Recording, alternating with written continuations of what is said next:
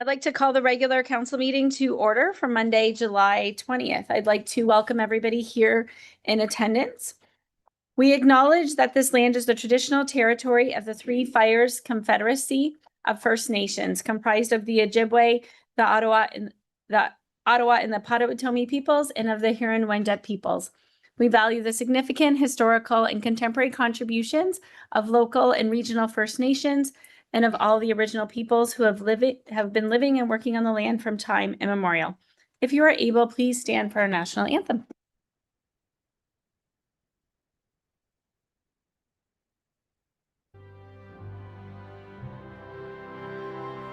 Oh, Canada, our home and native land, true patriot love in all of us command. Car ton bras s'est porté l'épée, il s'est porté la croix.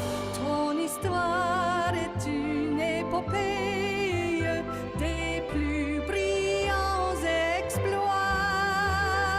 God keep our land glorious and free. Oh, Canada, we stand on guard for thee. Oh, Canada, we stand on guard for thee.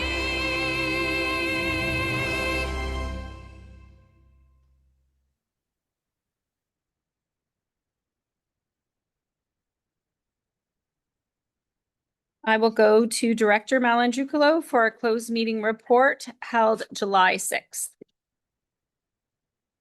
Thank you, Mayor Bondi. Through you. Council met and closed on July 6th at 4:30 p.m. pursuant to Section 239 of the Municipal Act, Section 2B, C, E, F, I, J, and K, to discuss the acquisition or disposition of the municipality's land, a zoning bylaw matter, a transaction related to town property, and a town contract. And that is the extent of my report. Thank you, Director Malangikolo. Any declarations of conflicts of interest from members of council this evening? Seeing none, if you find yourself in conflict later, just let us know. Looking for a mover and a seconder that the minutes of the closed meeting be adopted as circulated. Deputy Mayor Shepley, Councillor McGuire-Blaze, any questions? All in favor? That's carried unanimously. Looking for a mover and a seconder that the regular council meeting agenda for July 20th be adopted as amended. It has been brought to our attention that we do have a new business item to be brought up by Councillor McGuire-Blaze later this evening. So looking for a mover and a seconder as amended. Councillor Verbeek, Councillor Allard, any questions? Seeing none, all in favor? That's carried unanimously. Looking for a mover and a seconder of the adoption of the minutes for July 6th. Moved by Councillor Guerin, Councillor Mady, any questions? All in favor? That's carried unanimously as well.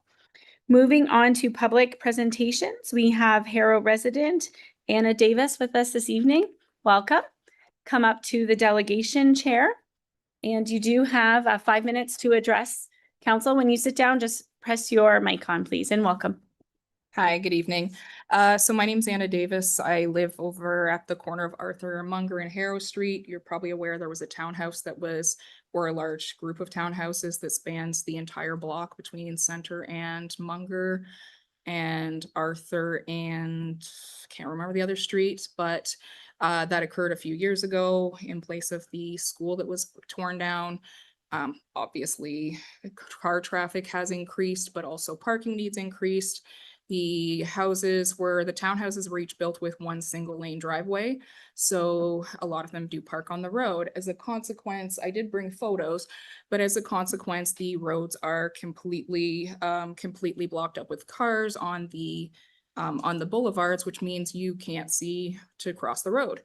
Particularly concerning, actually, did my photos get sent? Yeah. So this is an example, like standing right in the crosswalk there, you can't see traffic coming down that way. That's where children go. That's where the school buses exit. That's where children cross coming and going from school all the time. Even the school buses have to actually inch out and be in the intersection to actually see oncoming traffic, which obviously is a big safety concern on top of just the fact that it's a very highly trafficked area, just because of like the families in the neighborhoods. There is a four-way stop at the other side of the block where it is an entrance for the school bus. So I presume that was the reason it was put there, because I don't think it was originally a four-way stop. I just think this corner may have been forgotten because they didn't consider kids were coming and going from school from the opposite direction, plus the school buses. So I'm just asking that a four-way stop be put there because, I mean, you see vehicles, including like vehicles coming out, as well as just even the school buses, they have to inch out and be in the road to see oncoming traffic. And that also goes for pedestrians, as you can see. Okay, thank you. We're just, I think there's two pictures you sent in, Yeah. correct? Okay, here's the other one. Yeah, and that's actually not even its worst, because normally those are, even that spot there, the first one is actually does have a vehicle parked there. Same with between the first two vehicles, normally there's a vehicle there and so forth. Like it is normally completely blocked all the way down. I just tried to get a good representation of when like school would be open and when kids would be coming and going, but yeah, normally you can't even see that little space there between the pole and the first vehicle. Which, I mean, I don't think that's legal to park that close to a corner and a hydro pole, but either way, that's what you see every morning when they're coming and going.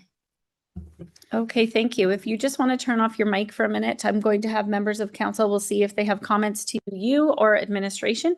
Deputy Mayor Shepley. Thank you. Through you, Madam Mayor.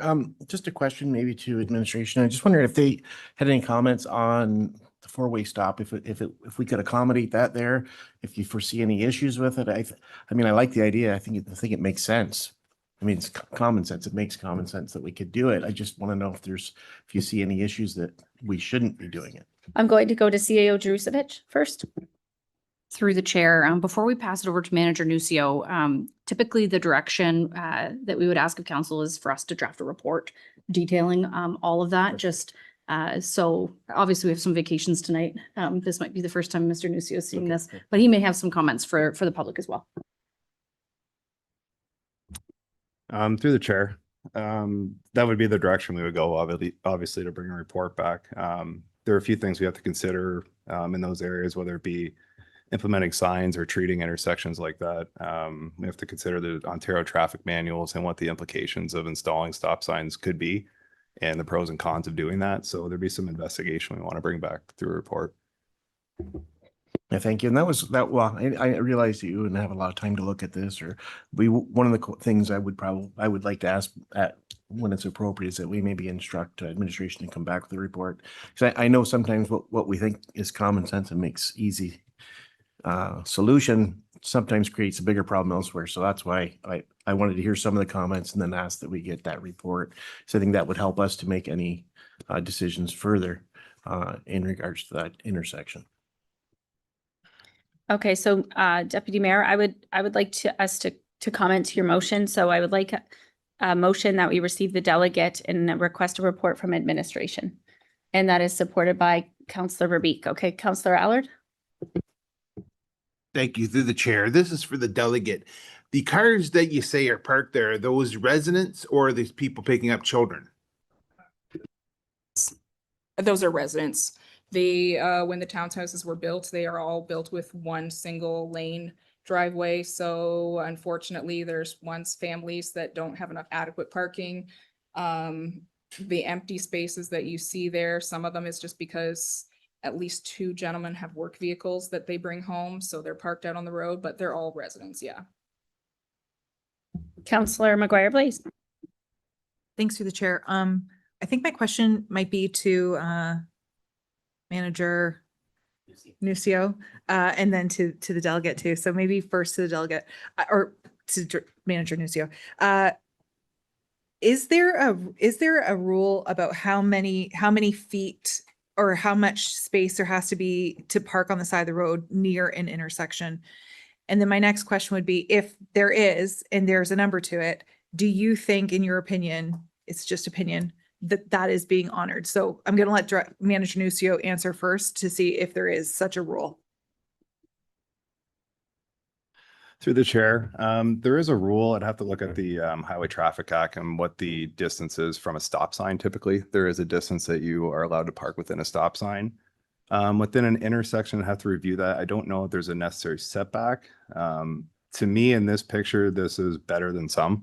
There's definitely a lot of congested areas in the urban centers that a lot of them look like this. You know, we have this trouble kind of all over the municipality, so I'd have to review that. And that's something we'd probably bring back in the report. Okay, thank you. Councilor McGuire Blaze, Councilor Verbeek. Through the mayor, I just want to thank the delegate. We don't know until we know, right? And so thank you for bringing this forward to us. And I do support the requesting the report, because then we'll have, you know, our administration look at it and we'll see. We have congested parking all over our town centers, but this is close to a school zone. There's the school buses and walking children. And so I'm grateful that you brought this to our attention and we can look at ways to improve it. Thank you, Councilor Verbeek. I will be supporting the motion. I do bring my children to this school and there is a lot of traffic there since the build. Now that you pointed out, it is resonating with myself. And also where the school buses exit, it is fairly new. That hasn't been going on forever. It's kind of a new engineering for the school bus traffic. So I don't know if this was taken into consideration when that new plan on school bus drop off was considered. So any other questions to the motion? Councillor Mady? Thank you, and through you, Chair. I know we can't give timelines or ask for timelines, but hearing the topic of school and school kids being brought up there, I mean, if we could have something in place before school starts, that would be wonderful. Okay, thank you, Councillor Mady. Our administration is hearing you and will do their best with all of our priorities. All in favor?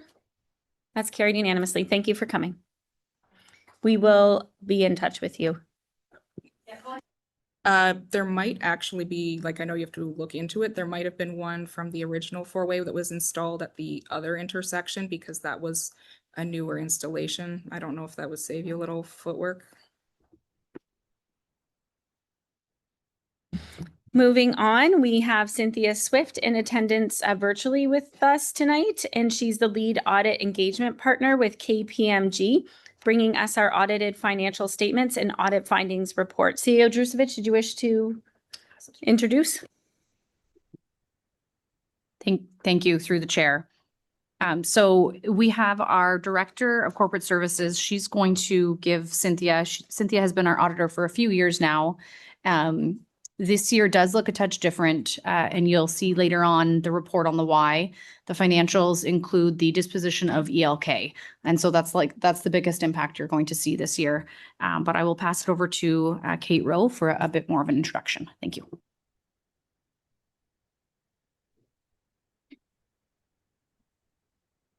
Thank you, through the chair. We have Cynthia Swift here from KPMG to deliver the audit findings and audit report. First of all, I do want to say thank you to the staff and the audit engagement team for all of their work. The annual audit is a big undertaking. There's lots of work that gets done behind the scenes to reconcile all of our accounts and match the numbers to our records, to be ready for the auditors, and then working with them through those weeks of field work to get them what they need to make their audit opinion. We're bringing this report because we have to. It is a requirement of the Municipal Act for the town to have an audit. It supports accountability, transparency, and reporting. But further to that, the financial statements and FIR submissions are required by the ministry and the province. And council's approval tonight also ticks the box for our grant-related obligations as well. the CIO already mentioned that where the financial statements differ a little bit from prior years is the significant transaction in the sale of ELK. And we will go into quite a bit more detail in the following report on that. The other way that our financial statements differ from our budget, as an example, is the budget exercise shows money coming in and out and gives council the opportunity to direct our work and set the level of service. And the financial statements follow accounting rules so that every municipality reports in the same way. And this is very important for the province and the ministry. I want to pass it over to Ms. Swift now to quickly highlight the transactions in our 2025 statements and go through the audit finding reports as well as some highlights. Thank you, Director Rowe, and good evening, members of council and your worship. My apologies for not being able to be there in person. But as the management has noted, we have conducted our audit for December 31st, 2025, which is your fiscal year end. And we did have a successful audit and we did receive the full cooperation of management. So thank you. They do put a lot of work in to obtain all the schedules and reconcile everything before we come out to do the audit. Just within the audit findings report, this is, you have that in your package, but it is to help you discharge your responsibilities with respect to the year-end financial reporting process. Some of the key highlights in the report is one is materiality, and that's the number that we use as myself to sign the audit report, and that's to ensure that there are no errors greater than that materiality number, and that number also helps us do our sampling and testing of the various accounts. Materiality was set at $1.4 million this year, which is consistent with the prior year. KPMG, our status is that we have done, completed the audit, and we are ready to issue our unmodified audit opinion, subject to discussions with the council today and obtaining council's approval of the statements. The financial statements are in accordance with public sector accounting standards, and as Director Rowe mentioned, that is required from the ministry. And as management also noted, the key item there, which was a significant unusual event, was the sale of ELK Energy. So we did assist management to ensure, and we did audit the transaction to ensure that the appropriate, the transactions were recorded properly. And finally, with respect to our audit findings report, I'd just like to note that there were no audit differences, either corrected or uncorrected. And it's our responsibility to come to council if there are any corrected or uncorrected misstatements. So there were none. So that just shows how good the records are before we come out to do the audit. And then finally on this slide and through the report is the control deficiencies.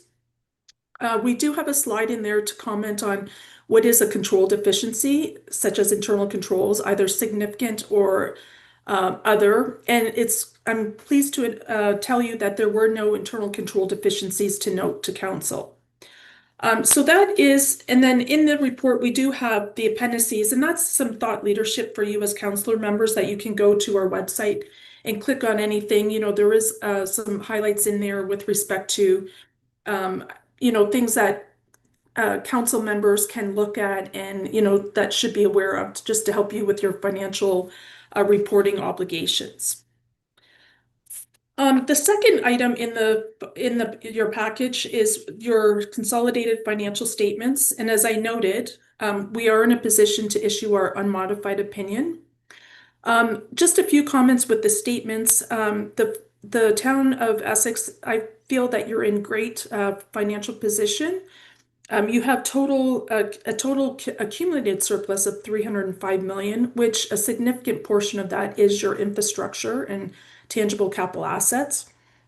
And included in that accumulated surplus, you'll notice that there's a number of reserves and reserve funds, and those balances increased by $28 million in 2025. So that is good news there. And just under financial assets, you'll see that accounts receivable increased significantly, and there's approximately $7 million held in escrow with respect to the ELK sale. And then on your statement of operations, you'll notice that the various, it's highlighted with the various revenues and expenditures for an annual surplus of $20 million. Really, the significant transaction there, you'll note on the gain on sale of ELK, and management does have a more detailed report later for you on the agenda. There were no accounting policy changes, so we do note all of the significant accounting policies, and management has followed through with those. So there were no deficiencies with respect to your financial reporting. And so those are the highlights, and I'd be happy to answer any questions that council may have with respect to the year-end audit. Thank you, Ms. Swift. It's a pleasure to hear this positive news each year. Any questions, comments from members of council? Councillor Hammond. Thank you, through you, Mayor. You're mentioning that much of our assets are included in our infrastructure, yes?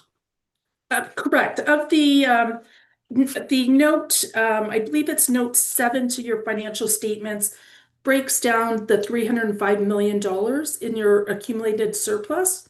And of that 300 million, 221 million relates to tangible capital assets. So that would be any infrastructure such as roads, sewers, buildings. And there's a more detailed note in the statements as well that breaks down the tangible capital assets. Oh, that's great. Now, does that take into account, is that like overall, or does that also take into account the status of that said infrastructure? That takes into account any infrastructure that is in place now. It doesn't take into account any future your asset management life cycle items and things that are in that are committed for 2026. So this is tangible capital assets up to and including December 31st, 2025. And the accounting policy is that management capitalizes any items of infrastructure, and then those items are depreciated over time. So that is the net book value of your infrastructure, which is 221 million. Oh, excuse me. So that takes into account any infrastructure that is eventually going to have to be replaced in the next few years. Correct. Yes, that's what exists now, and that will ultimately need to be replaced over time. Thank you. Thank you, Councillor Hammond. Any other questions, comments from members of council? I do have a question. It might be more for our administration. Over the years, I've seen our operating surplus, the amount of operating surplus that we have available each year seems to decrease. Can you please explain that, Director Rowe? Thank you, through the mayor to the mayor. We do craft our budget to even out, and that is a requirement of the municipal budgeting process, that the revenues and the expenses equal. We can't budget for a surplus and we can't budget for a deficit either. Everything needs to be funded. And so in an ideal world, if everything went perfectly and smoothly throughout the year, we would spend exactly what we generate through tax or user fees or our other sources. But there could be various reasons why we may end up with a surplus or deficit, unforeseen circumstances, or timing delays, vacant positions. I can tell you that it is correct that over the last few years, our surplus has decreased. In 2023, we had just over 367,000 in surplus. In 2024, that went to 316,000. And in 2025, our surplus was just about 289,000. I think it speaks to the strong budget control that we have here. Our managers are diligent about scrutinizing what we're asking for every year and only bringing what we need, as well as spending within their limits. And where we do have overages, we bring those in front of council, and that's how we maintain that transparency. Thank you. That is a great explanation. I like to hear that. Looking for, at this point, I'll look for a mover and a seconder, and we can have further questions if needed, that the audited financial statements and the audited findings report for the town of Essex be adopted as presented. Deputy Mayor Shepley, Councillor Verbeek. Anything else? All in favor? That's carried unanimously. Thank you, Cynthia, for joining us again this year. Thank you. Good night. Moving on to delegation from Hydro One, we have Julia Balderessa, the Senior Advisor of Municipal Relations, and Rachel Van Frazen, Senior Manager of Municipal Relations, joining us here virtually tonight, representing Hydro One. Welcome.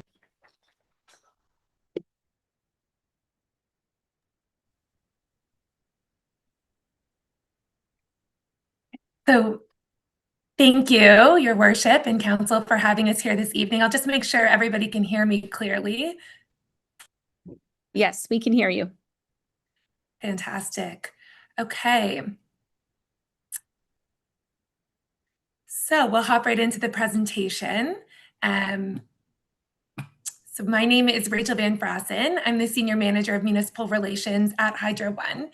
And joining me this evening is Julia Baldessera from my team. Julia is the Senior Advisor of Municipal Relations specifically for Southwestern Ontario, and she spends a lot of time in this part of the province. So on to our next slide. Agenda. So tonight I'll begin with a brief overview of how Hydro One serves your community.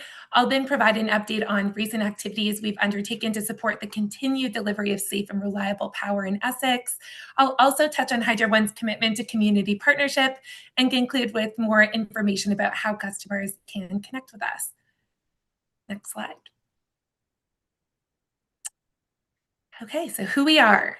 Hydro One is Ontario's largest electricity transmission and distribution company.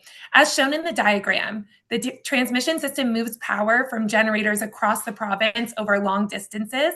The distribution system then delivers that electricity at a lower accessible voltage to homes and businesses.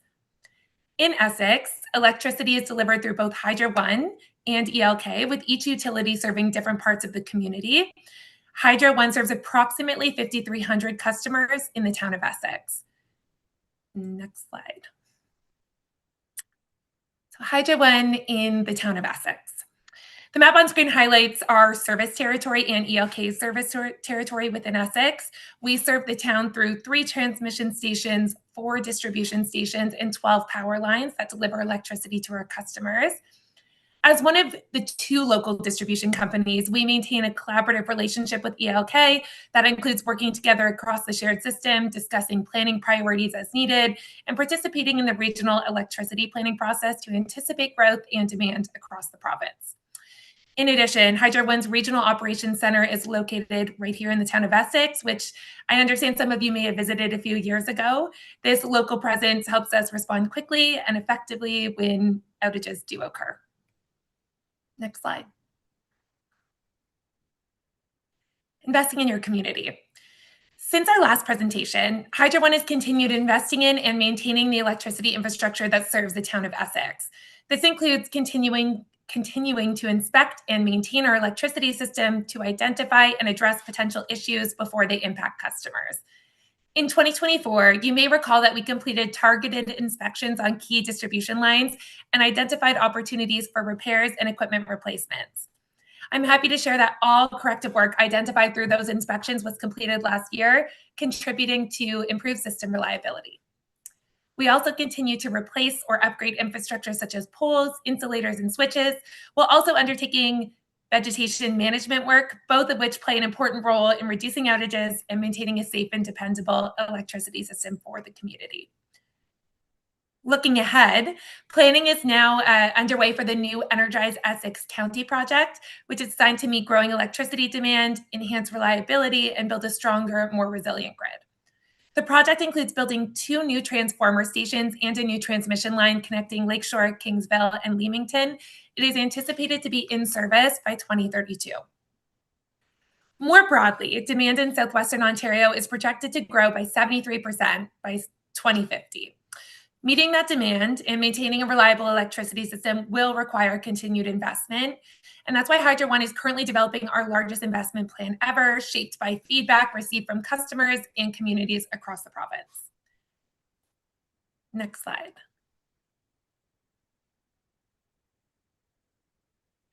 Community partnership. At Hydro One, we work closely with municipalities, Indigenous communities, and charitable organizations to support initiatives that deliver meaningful community benefits. As municipalities face growing pressures from extreme weather to rapid population growth, we are focused on supporting community resilience and safety. We launched our new Hydro One Community Partnership Grant earlier this spring. Through the grant, municipalities and municipality-endorsed organizations can apply for an opportunity to receive funding for programs and initiatives that strengthen local emergency preparedness, critical infrastructure, or community well-being. Here in Essex, the town received funding through Hydro One's former Energizing Life Community Fund in 2025 to support community safety initiatives and enhance firefighter effectiveness. This investment builds on Hydro One's broader support for organizations serving communities across the Windsor-Essex region. Next slide. Customer care. Our commitment to customer service plays a direct role in how we serve communities. Whether residents have questions about their bill, need to request a service, report an outage, or are looking for energy saving advice, our customer care team is here to help. We offer multiple ways for customers to connect with us, and we work hard to provide timely updates and clear communication when issues arise. Our digital tools, including outage alerts and online account management services, help customers stay informed, track energy use, and receive important updates when they need them. Together, these tools and services help us deliver a better customer experience by keeping customers informed and supported. And on to the next slide. Thank you again to your worship, Mayor Bondi, and to my members of council for the opportunity to speak tonight. We, Julie and I, are part of a dedicated municipal relations team that was established to work as a bridge between municipal councils and Hydro One. And so we welcome ongoing dialogue. And again, Julia specifically works in this area as a senior advisor for Southwestern Ontario. If questions come up now or in the future, our team can be reached at the contact details listed on the slide. And with that, we're happy to take any questions. Thank you very much for coming to us this evening. Questions from members of council. Deputy Mayor Shepley. Thank you, Madam Mayor, through you.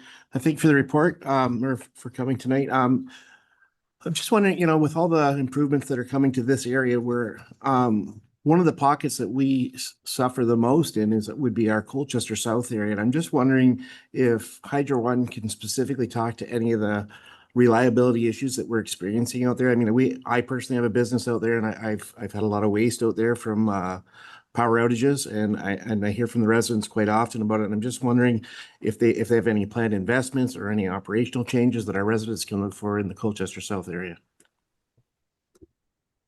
Great. Thank you for the question. So through the mayor, first of all, thank you also to council for your advocacy on behalf of residents in this area. The conversations we've had with you has really helped inform our priorities and the work we've undertaken in the community over the past few years.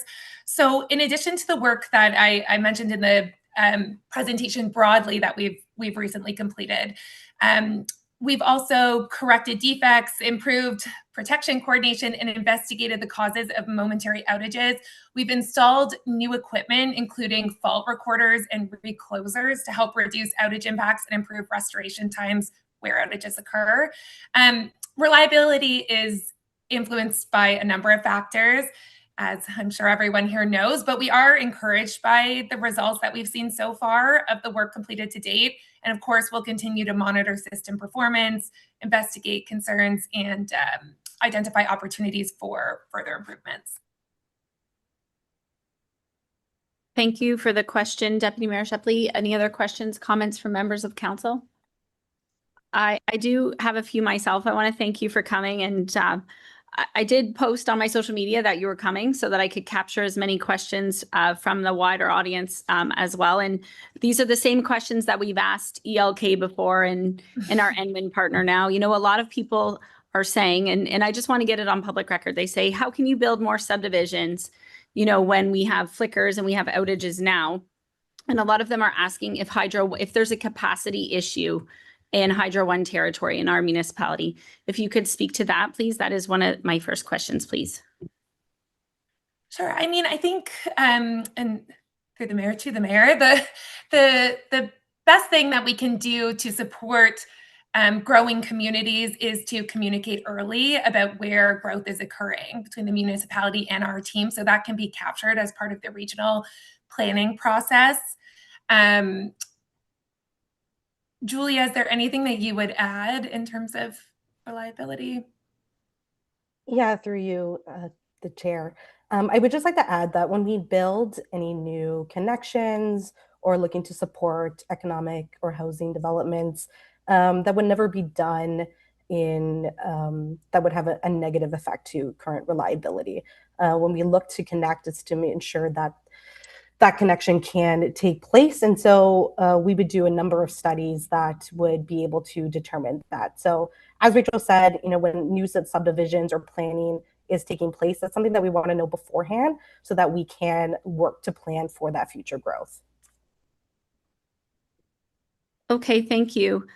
Recently, we had a major storm down here. I know everybody's aware, and we did have several storms throughout Ontario.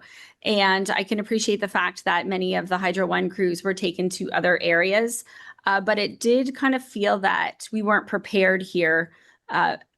Hydro One area in specific, we weren't prepared when the storm went through, and there was not a lot of communication with residents during the July 3rd, 4th.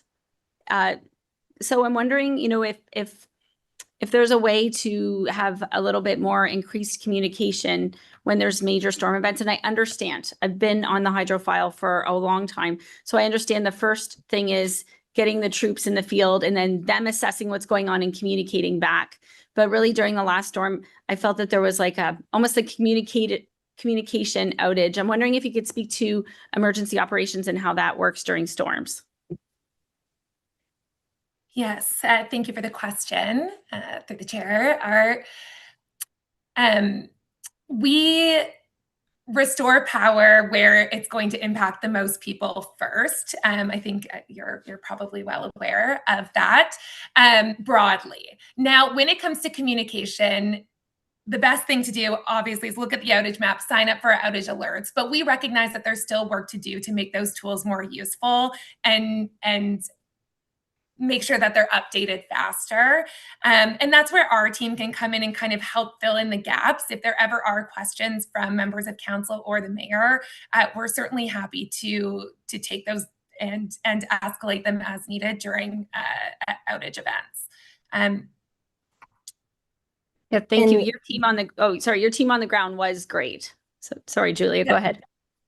Oh, that's okay. Through your worship, I just wanted to add, so we do have, as a part of our team, a on-call team that is available that usually looks to keep the communities informed when there are these significant events. And if you have any questions, we encourage you to also reach out to our team, and we can absolutely respond.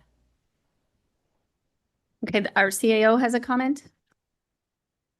Thank you. Through the chair, just to elaborate a bit further, I know that we were in an emergency state, but we also had a heat alert on. And so from a municipal planning perspective, what we found difficult was there was a lot of outages, and I know that it may have been a small population, but we really had no idea as to the turnaround. So even if it said 24 hours, at least we would know that we need to activate cooling centers. So just a point of feedback. Thank you, CAO Drusevich. And I really like the marketing campaign you did a couple years ago. You went and you took out newspaper ads, and I think you might have even done radio ads to encourage people to call Hydro One when they observed flickers and outages. A lot of times people call us, and we're not the reporting authority. I was wondering if maybe in the future you could consider doing that messaging again. Flickers are a real thing down here, especially in Colchester, and I'm reading that they're here in Essex Center, which could be ELK territory. But if we could start to put the responsibility back on residents to call the proper company, then we can start to maybe track and troubleshoot areas of flickers. I do have a couple more questions, but I think they're more appropriate if I email you because they're more maybe minor questions, specific questions. But thank you so much for the relationship that we have built over the years. And I look to continue to have the relationship with our Hydro One representatives and the lines persons do a great work there on the field, and we appreciate all the work that they did during this last storm. Anything else from any members of council? At this point, I'll look for a mover and a seconder that we receive the presentation from Hydro One for information. And through you, CAO, is it possible if we could post this on our website? Okay, so that we do have a Hydro One section or a hydro section on our utility section rather on our website. Looking for a mover and a seconder. Councillor McGuire Blaze, Deputy Mayor Shepley, all in favor? That's carried unanimously. Thank you so much. Have a good rest of your evening. Thank you. Thank you. Moving on, we'll go to reports from administration. The Office of the CEO will go to CEO Drusevich on our ELK Inc. legacy investment. Thank you, through the chair. Tonight marks an important milestone for the town. So council has received many updates throughout the sale process over the past several years, but this is the first public report following the successful closing of the sale of ELK Energy Inc. It provides the community with a complete picture of the outcome of the transaction, the full financial results, and recommendations for preserving the remaining proceeds for the long-term benefit of the town. Before discussing the recommendations, I believe it's important to briefly reflect on how we got here. The town acquired full ownership of ELK in 2009, and at that time, it was intended as a long-term municipal investment. And this was done through the purchasing of the remaining shares from our partners Lakeshore and Kingsville for just over $13 million. At that time, the expectation was that ownership would provide strategic value as well as a financial return for the municipality. Over the years, however, that investment did not perform as originally intended. During the town's ownership, ELK generated only about $666,000 over the entire 18 years. That represents an average annual return of 0.28%, which is less than what we would have received had we have just held the cash in our bank account. Beginning in 2001, administration worked with KPMG. Recognizing that financial return and performance, council began asking important questions about whether we should continue the ownership of the utility and if that remained in the best interest long-term. Beginning in 2001, recognizing this, administration, after council approval, worked with KPMG to evaluate dividend performance. In 2022, council directed a comprehensive strategic review to examine all available options. This included maintaining ownership of the utility, pursuing other partnerships, a merger, or a full sale. That work continued through updated valuations, external financial advice, and then lastly, a competitive market process before council ultimately approved the sale to Enwin in 2025. Enwin, as you'll see detailed in the report, offered technological capabilities and a proposal that far exceeded any of the others in comparison. In other words, this was not a decision that was made lightly by this term of council, and it wasn't based on a single opportunity. It was a result of several years of thought, independent advice, and analysis.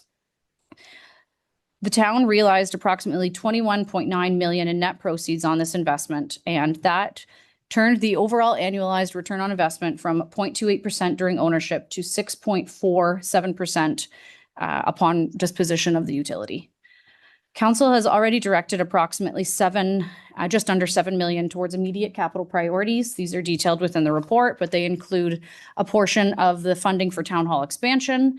They include a portion towards Fire Station 3, and then a portion towards the expansion of the Essex Sports Field project as well. Administration is recommending that the remaining approximate $15 million be placed into a newly established ELK legacy reserve and invested through a long-term investment strategy designed to preserve the capital while generating recurring investment income that can be used to fund the existing infrastructure gap. This recommendation transforms what was once a relatively low-performing investment into a permanent municipal financial asset. So rather than spending the proceeds at one time, the town will preserve the capital and use the investment income to support infrastructure renewal throughout the years, as well as future capital priorities, ultimately reducing the burden on the taxpayers. It ensures that the transaction continues to benefit residents not only today, but for decades into the future. This council, administration, the past CAO, and the past board members of ELK all deserve a huge thank you, as everyone mentioned, invested a lot of time and played a key role in this historic strategic move, while ensuring that service at ELK continued to improve. This evening, you'll hear from our investment advisors, Hobson Chalal Pulias, who will present the proposed investment strategy. But before that, I will pass it to our Director of Corporate Services, Kate Rowe, and she will review some recommended investment policy decisions so that it aligns with all of the findings detailed within the report. Thank you, CAO Jerusevich. It's very exciting news for us, and we'll go to Director Rowe. Thank you, through the mayor. I'm just having Mr. Greenwell pull up the attachment to this report, which is the investment policy. And in it, you will note a few red line items. While he's getting that arranged on screen for council and the members of the public, I will go through a few of the financial elements of the report tonight before passing it over to the investment advisors who will go into more detail around the strategy. The recommendations tonight include some key considerations, which I'd like to walk through also. So as the CAO mentioned, we're recommending that council establish a dedicated reserve due to the unique nature and intended purpose of these funds. We are recommending that council put approximately 15 million in a new restricted reserve called ELK Legacy Reserve. And those are some of the red line changes that you see in the policy here. Scroll down just a little bit. This would protect the funds for the future and enable administration to, under the direction of council, use the investment income to bolster capital reserves, such as asset management, which is currently underfunded. And we are also recommending that a portion be reinvested annually so that the fund can continue growing. The recommendations also request approval from council to include in the 2027 draft budget the conservative estimate of the investment income that we'll earn annually through this strategy, as well as direction from council as to how that will be attributed to our reserves. Administration's recommendation is to apply 70% of our annual earnings to our asset management reserve, 15% for new capital projects, and the remaining 15% to be reinvested. And of course, a key reminder here is that under the policy, administration with the advisors will bring a report to council annually to report on the results of the investment portfolio. The CAO also noted the sort of key highlights from the tables 1 and 2 in the report, showing the returns that we earned historically. I do want to draw the public's attention to the table 3, and I'll have Mr. Greenwell turn back over to the report and advance to table 3 for the members of the public. Just very briefly here, it shows how our initial investment returns after the close of the sale throughout the years, if we annualize that, how that would compare to the conservative estimate that we anticipate the investment strategy will bring, being 600,000. So you can see there's quite a bit of difference here and demonstrates the leadership through this decision-making process. So again, before turning it over to our advisors from Hobson Chahal Poulias tonight, I want to walk council through the key highlights of this strategy. We, of course, within the constraints of the Municipal Act and our policy, want to minimize risks and take a careful and responsible municipal approach. We want to ensure that our funds are working for us as it continues to grow over the years, and that we monitor this performance regularly and make any changes that we deem necessary as the conditions in the market may change. I will invite our advisors to the delegation table. In person, we have Mr. Nick Poulias, who will walk us through the strategy. And online, we have Mr. Charat Chahal, and both will take councils from questions following this presentation. Thank you, Director Rowe. Welcome, Nick. Sure, Councillor McGuire, please. Thanks, through the chair. Just before we move on from this table that we're seeing, the previous investment, that was prior to sale. Is that correct? That was prior to sale. 37 million was the or 37,000 was the annual income, and then after sale, that's what we're looking at. That's the difference. Okay, thank you.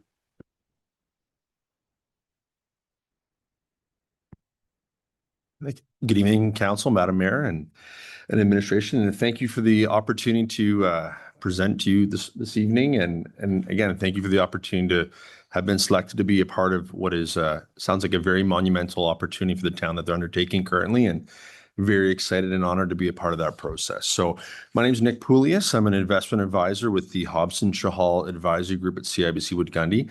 And it's a pleasure to be here in front of you. And tonight, the goal of the presentation is to just kind of add some additional color to the report already provided by CAO Grusevich and Director Rowe, and answer any questions the council has around the proposed strategy that we're looking to achieve to help achieve that conservative estimate of about 4% or 600,000 of investment income on the initial 15 million that will be considered for investment. So moving forward in terms of kind of who we are as a group and our expertise when it comes to municipal investing in the public sector space. Sorry, moving forward again. So for us, it's industry leadership in the sense that this is all we do. This is our area of expertise. We're one of Canada's largest and most experienced teams when it comes to customized investment management in the public sector community. We have deep experience working with other like-minded names similar to the town of Essex, having worked with Canadian municipalities across Ontario and Western Canada for over 40 years. And it's a proven track record of expertise in that space, having currently working with over 100 other like-minded names and working with over 4.5 billion of public dollars. We understand the space, we understand the constraints around the investment landscape, around the governing legislation, the policy that's currently in place. And ultimately, we look forward to working with the town on using our cost efficiency and our operational expertise in terms of being able to help use some of the additional dollars that we already are currently investing to help ensure that the town is generating the best rates possible on that 15 million that is currently considered for investment. And last but not least, we're backed by the full institutional strength of CIBC. So CIBC Wood Gundy, the full service investment arm of CIBC, big Schedule I bank.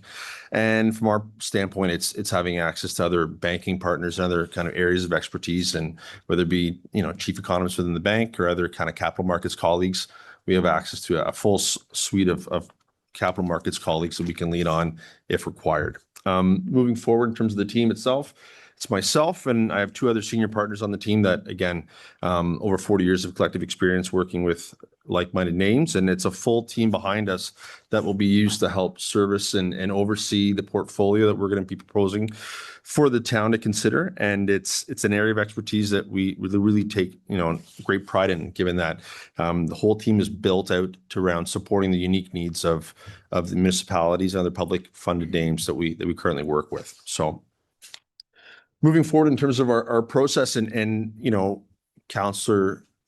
Director Rowe had kind of alluded to, that 4% conservative target that we're looking at. And really what it comes down to is first and foremost, when we're looking at, creating a fully customized strategy for the town to consider, we have to consider the governing legislation that the town currently faces as kind of that first hurdle that we have to consider, which is, the Municipal Act and specifically OREG 43897, which clearly outlines the list of available options that the town is able to consider for investment. And from there, once we kind of establish what is a legal option for the town to consider, it's then working with the town and working with them on the current policy in place to ensure that we're also now taking into consideration the unique return objectives and risk tolerance of the town in the context of the overarching policy and legislation, to then go ahead and look at what the available options are to us.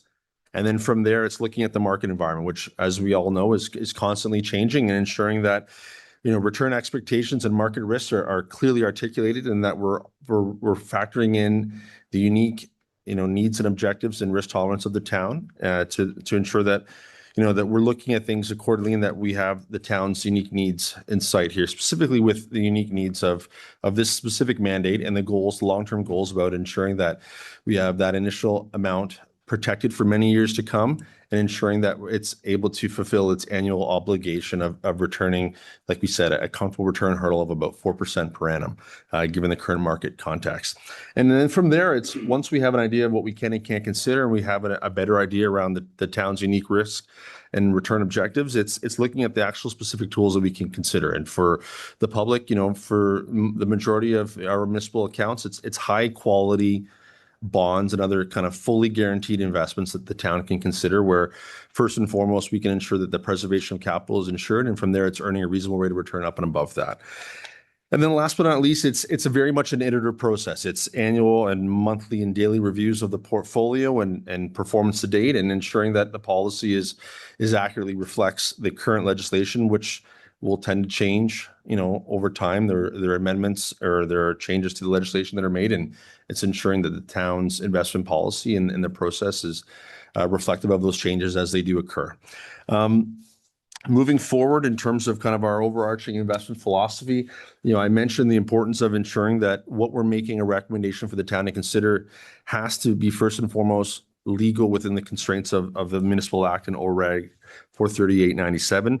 And then from there, first and foremost, it's about the preservation of capital. It's ensuring that that $15 million that is invested today is not only here for many years to come, but is continuing to go ahead and earn that scheduled rate of return for many years to come, so that it can provide, future generations with opportunities to receive these benefits and not just, present day. And then from there, it's about sitting down with administration to ensure that we're creating a fully diversified portfolio where all the eggs aren't in one basket, and that we have things laddered out appropriately and properly diversified across Schedule I institution and large upper tier municipalities and other large blue chip provinces across the country, and ensure that those dollars are diversified appropriately. And then assuming we can go ahead and check those first three boxes, it's ensuring that we're earning a competitive rate of return, which in the report to council was outlined at in around 4% per annum on the invested amount. And from us, it's a kind of an overarching principle that we're more concerned in the return of those principal dollars, ensuring that that $15 million initial investment is here for many years to come, and that return on those dollars comes secondary. Preservation of capital is first and foremost paramount, and then returning a reasonable return, only ensuring that those dollars are protected. So moving forward, we're looking at kind of the overarching interest rate landscape in Canada and what we're kind of seeing both kind of currently and in the near future. That 4% target, as you can see, becomes, relatively straightforward and straightforward to achieve in the current market context. We had a Bank of Canada meeting last week. The Bank of Canada left rates on hold at 2.25%. But the general view and consensus is that as we start to see some of this overarching geopolitical risk kind of, get resolved, whether it be, disputes south of the border or other geopolitical risk overseas, that the bank's able to step in and begin increasing rates again to more normalized levels in Q1 and Q2 of next calendar year. But from our perspective right now, given the current market landscape and where the opportunities currently lie, we think it's definitely within, a reasonable assumption that, a 4% rate of return on the current portfolio, given the current market context and the overarching constraints of the Municipal Act and the policy, are well within, reasonable expectations that we're earning there or better moving forward on those dollars. And last but not least, moving forward, just in summary, I think from our perspective here, it's really about working with administration and council and ensuring that we go ahead and, given the current constraints that we're facing around legislation and policy, it's all about creating a fully customized portfolio to help you achieve your long-term goals with this, what is, ultimately a generational opportunity for the town to consider, which is a $15 million one-time, opportunity that can then be invested for many years to come, with a portion of that interest being used to subsidize asset management reserves and other capital spending needs, while also ensuring that a portion of those dollars that are earned are provided the opportunity to compound over time, which I think in layman's terms, it allows us to not just have that $15 million growing on an annual basis. It's ensuring that a portion of the interest that is earned is then reallocated back into the portfolio, so that we can actually see that notional amount not just remain at 15 million, but actually go ahead and increase over time and enjoy the benefits of compound interest over the foreseeable future. And so from our perspective, it's an excellent opportunity for the town to consider, just given the current interest rate landscape. And we're very honored and privileged to be a part of this process, and look forward to working with council and administration to ensure that those performance targets are met, and that capital is preserved for many years to come. And so with that, I'll open up to any questions that council may have. Thank you very much. Deputy Mayor Shepley. Thank you, and through you, Madam Mayor. So I got a couple of questions, not just for some of our staff. I wonder if you could pull up the what page was that again? It was like it was page 105, page 4 of the report. Page 4 of the report, please. And then while you're doing that, just a quick question.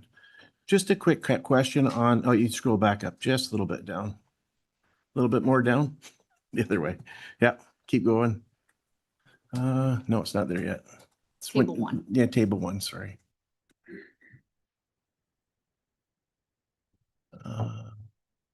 The 6% or 4% return, was that after all expenses have been paid, like for investment, all our investment fees, that your estimated return, that was after the fees were paid, I would assume. Through the mayor, so included in the investment cost were the associated fees. We wanted to capture the true cost of the investment. Okay, and then when we talked about the return on investment, you had the 15 million and you had the 13 million for Elk that we originally paid. That was the page I'm looking for, sorry, where it talks about the estimated dividends between the two. Table 3, I'm sorry, I'm giving you the wrong one.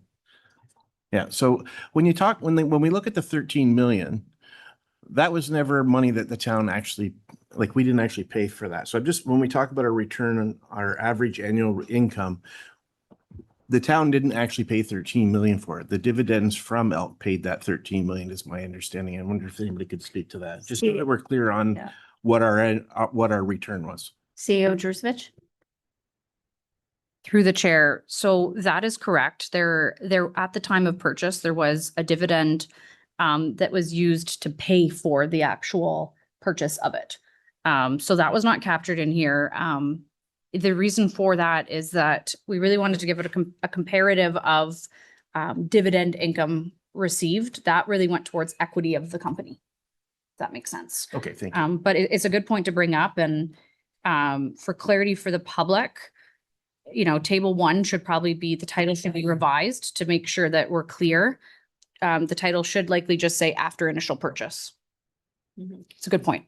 Okay, thank you for that. Now, I got a little bit of a statement I want to look at on I want to say, and then I fully support the recommendation that's before us tonight. And I think that this is one of the most important financial decisions this council is probably going to make. And I think it'll go on for future generations.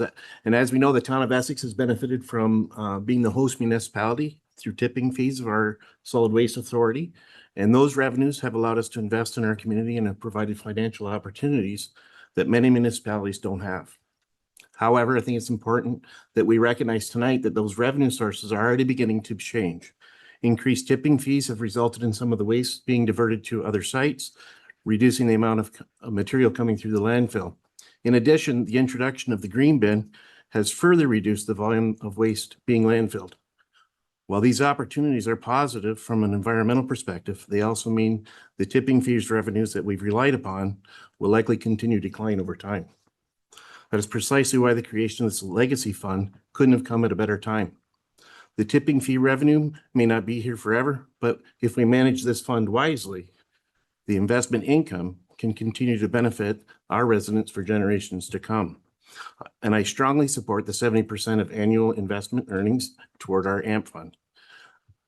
Our infrastructure needs a significant and this provides sustainable funding source.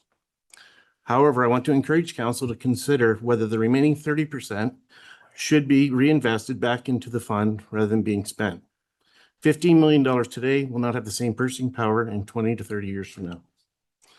By reinvesting a portion of those earnings each year, we will allow that fund to grow, help offset inflation pressure, its purchasing power, and ensure it remains a true legacy for the future. So for me, I would sooner see us invest the whole 30%. I know that's probably not going to be the will of this council, but I would encourage you to think broadly and consider the maybe even a 20%. And as our investment grows, then we can relook. Councils in the future can relook at how they break this split up down the road. But I think initially we need to grow and foster this and have something for years to come. And that's my comments right now. No, maybe have some more out later on. Okay, I will come back to you, Deputy Mayor Shepley, if you want to put something forward. So you would look for, right now we have asset management at 70, capital new at 15 and reinvested at 15. And you would like to, can you just put on the table what you would like to propose and then we can have it in our mind? Well, I would like to propose the 30% go back reinvested, but I know that there's some council members that will maybe like to see some money to allocate. So I would propose that we put the 70 into the AMP and 20% reinvestment and 10% for council's discretionary use. Okay, thank you. Counselor Hammond. Thank you. And through you, Mayor, I would like to speak about the sale of our utility company because I lost an uncle on those hydro lines many years ago while he was trying to provide the service to his neighbors. I remember numerous times sitting at a dinner table with in a lineman's house when the phone would ring. Counselor Hammond, I'm sorry to interrupt. Is this related to our investment Yes, strategy? it is. Okay, I'd ask you to please show us how. And many times they would have to leave in the middle of the night. They didn't have a truck with a mechanical arm or a man lift to take them up to the problem. They had to use a belt and strap some spikes to their feet and climb a pole. Back in the day, every town, every municipality had their own hydro company. 2000, Essex, Leamington, and Lakeshore decided to combine their efforts rather than get gobbled up by bigger electric companies in an effort to maintain their fees. 2008, Essex purchased the shares from Lakeshore and Leamington at the cost of 12.8 million. For Just 60 a point of clarification, Leamington was not involved. I mean, Lakeshore and Kingsville, correct. For 62% of the shares at 12.8 million. By adding our 38% shares, that brings the total worth of the company Sorry. at that time. Can I just call point of order? Can we get some clarification on how this reflects on what we're doing right now? Well, I'm trying Not in to history? illustrate our investment, what we said we made, what we actually made, and why we're investing our money now. It says we purchased it for 13 million, but actual value at the time was 20 million. We sold it 17 years later for approximately the same price. We did not make any money on this deal. So Counselor Hammond, I'm not sure that you have proof. What you're saying is actually hearsay. It's not, right now we're talking, we have several council members who are calling point of order, and as well as myself, we'd like your comments to be directed to the investment strategy in front of us. Okay. I'm in favor of the investment strategy. I would just like it to be pointed out that we did not make any money by purchasing and selling the company. The value of the company when we purchased it entirely is very close to what it is now, what we're selling it for. Okay, CAO Drusevich. Through the chair. So I would encourage council to review the financials that were adopted earlier. Within those financials is a note that discloses exactly the gain that was recognized on the purchase. Director Rowe, can you provide that information? And maybe we could just give her a few minutes, but it is very clearly laid out when it comes to record keeping, the amount of money in and out must balance. That's why we have audited records. And the value is what someone is willing to pay. The fair market value is what someone is willing to pay. So the town, if you're saying they were willing to pay 20 million, that is not what we paid for it. No, we paid for somebody else's shares. We had our own shares already. They have a value. The shares we bought were valued at 12.8. What was our value at that time? Okay, Director Rowe. Thank you, through you, Mayor. So included in the audited financial statements that were received just prior to this report, we show proceeds of approximately 23 million and a resulting gain of 11.1 million.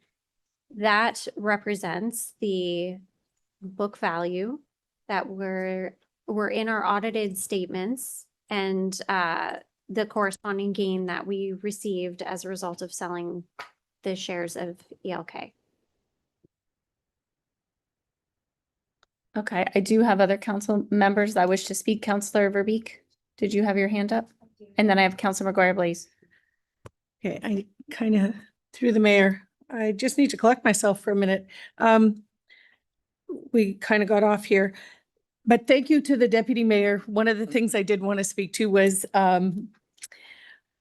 our reliance on our landfill reserve, and that we are well aware of the fact that we're seeing that deplete, and we will see it get smaller and smaller in the future. My hope is because of, we're going to witness a lot more diversion efforts in recycling and in the green bin program, but also we are losing a lot of our tipping fees because of our rates increases.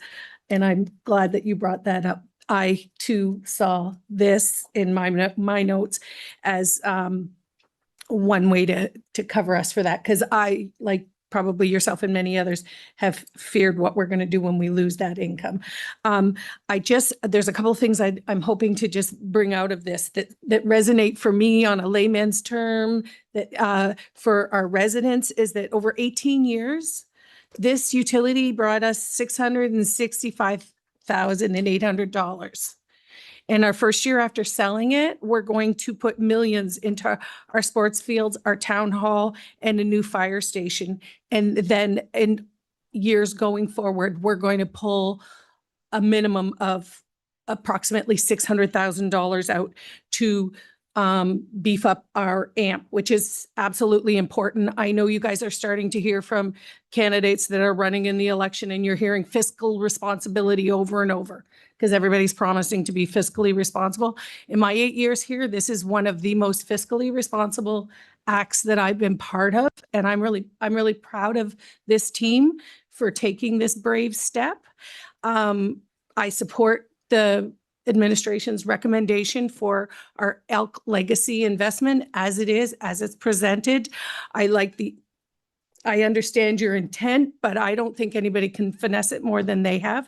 And I just wanted to reiterate that for the public, because these reports are long and boring, and I don't think you're pulling these little pieces out. But $665,000 is what we got from this utility in the last 18 years.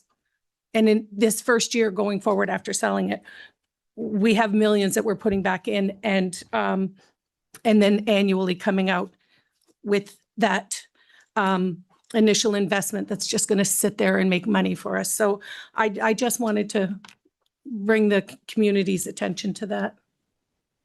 Thank you, Councillor Verbeek. I have Councillor McGuire Blaze. Thanks through the chair. And thanks, Councillor Verbeek. That is almost exactly what I wanted to say. The amount that we're getting after the sale of this far exceeds what we could have gotten before. But I do want, one of the things that I know I've been asked by several people since posting on Thursday that this was going to take place and we could finally speak about it, was this term of council's done at the end of October, beginning of November. New term of council starts. And what safeguards have we put in place? I know it's in the report, but if we can just talk about that, what safeguards in place to prevent future councils from spending the principal $15 million?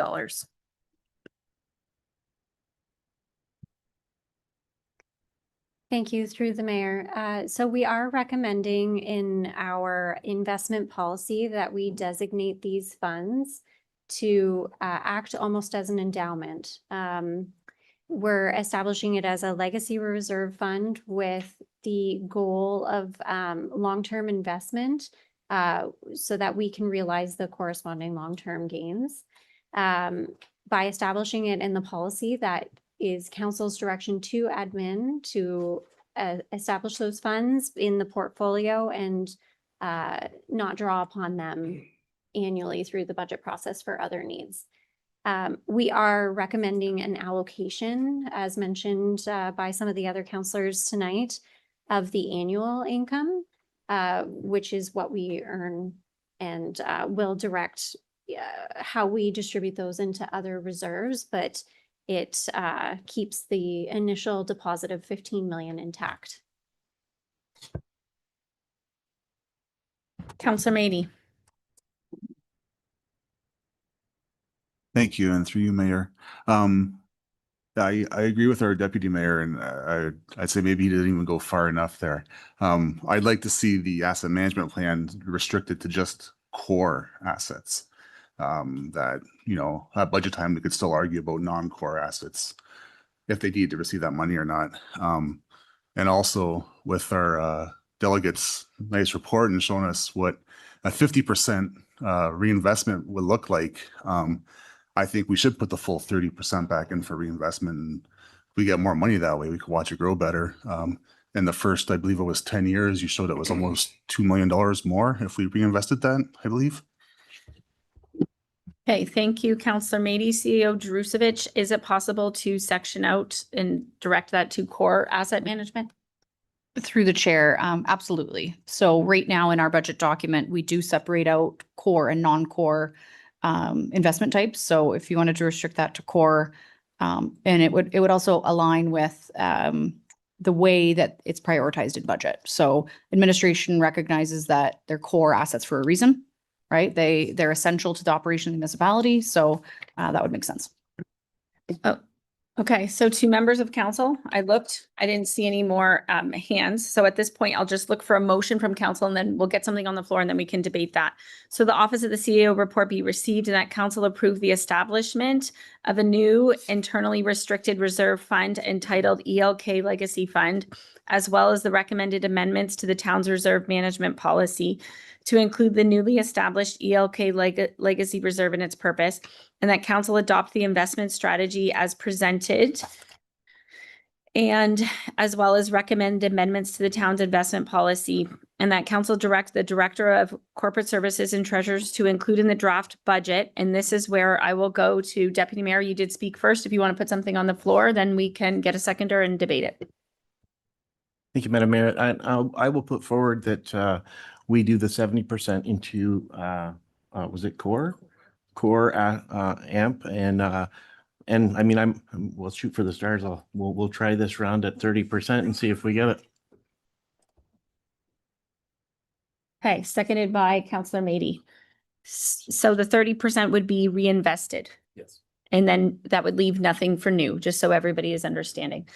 Can administration just give us a Cole's notes to the balance of council members of the public? What would this mean? And how would we do new capital projects would have to be just funded by the levy? That's correct. We would bring them forward through budget, and where we don't have enough funding sources from our existing reserves, which have restricted intent, it would come through taxation. Okay, so to the motion, you want to speak to the motion, Deputy Mayor? Well, I think this is the best thing we can do financially and responsibly. And I think by focusing on those core assets, that's going to reduce the burden on the tax levy so that we will have the money there and be able to find that money there through some taxation to do new things. And it will still require a debate amongst council. The same as if we just have a lot of money sitting there. I think it's dedicating that money to reinvestment and to those core assets will open up other opportunities for us. That's why I fully support this one. Okay, just a question to the CEO. If council chooses to change the 30% and decides to put 15 into new capital in the future, that is something they can do? Yes, she's nodding yes. Okay, just so we know. I have Councilor McGuire, please. Thanks to the chair. I appreciate the request to have it changed to 30% reinvested. Although one of the reasons I was supporting this was because it would be less tax burden on our taxpayers going forward, and the capital assets being removed, I think, puts a burden back on our taxpayers. So I wouldn't like to see it completely removed. I'd still like to see some of the funds go into an account for capital endeavors.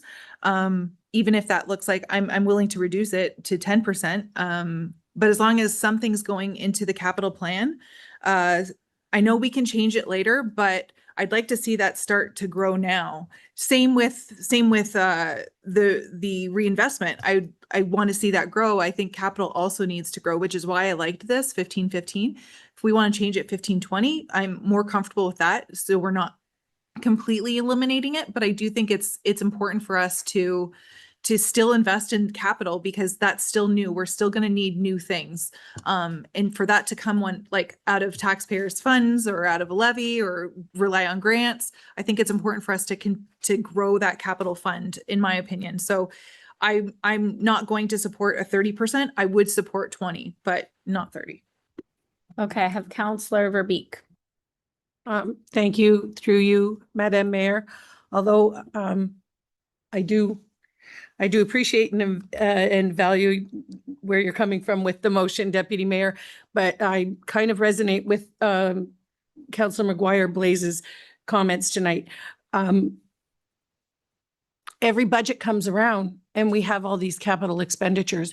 Every budget comes around and in the end, after we've fought it out and tried to eke every penny we could, and we add to taxation and we still have this constant never-ending wish list of things that people in the municipality and administration in this council and previous councils have on this wish list. And when I saw this, I thought, okay, this is going to help us start addressing some of the things that are wanted and needed in this municipality that always get, cut at budget time.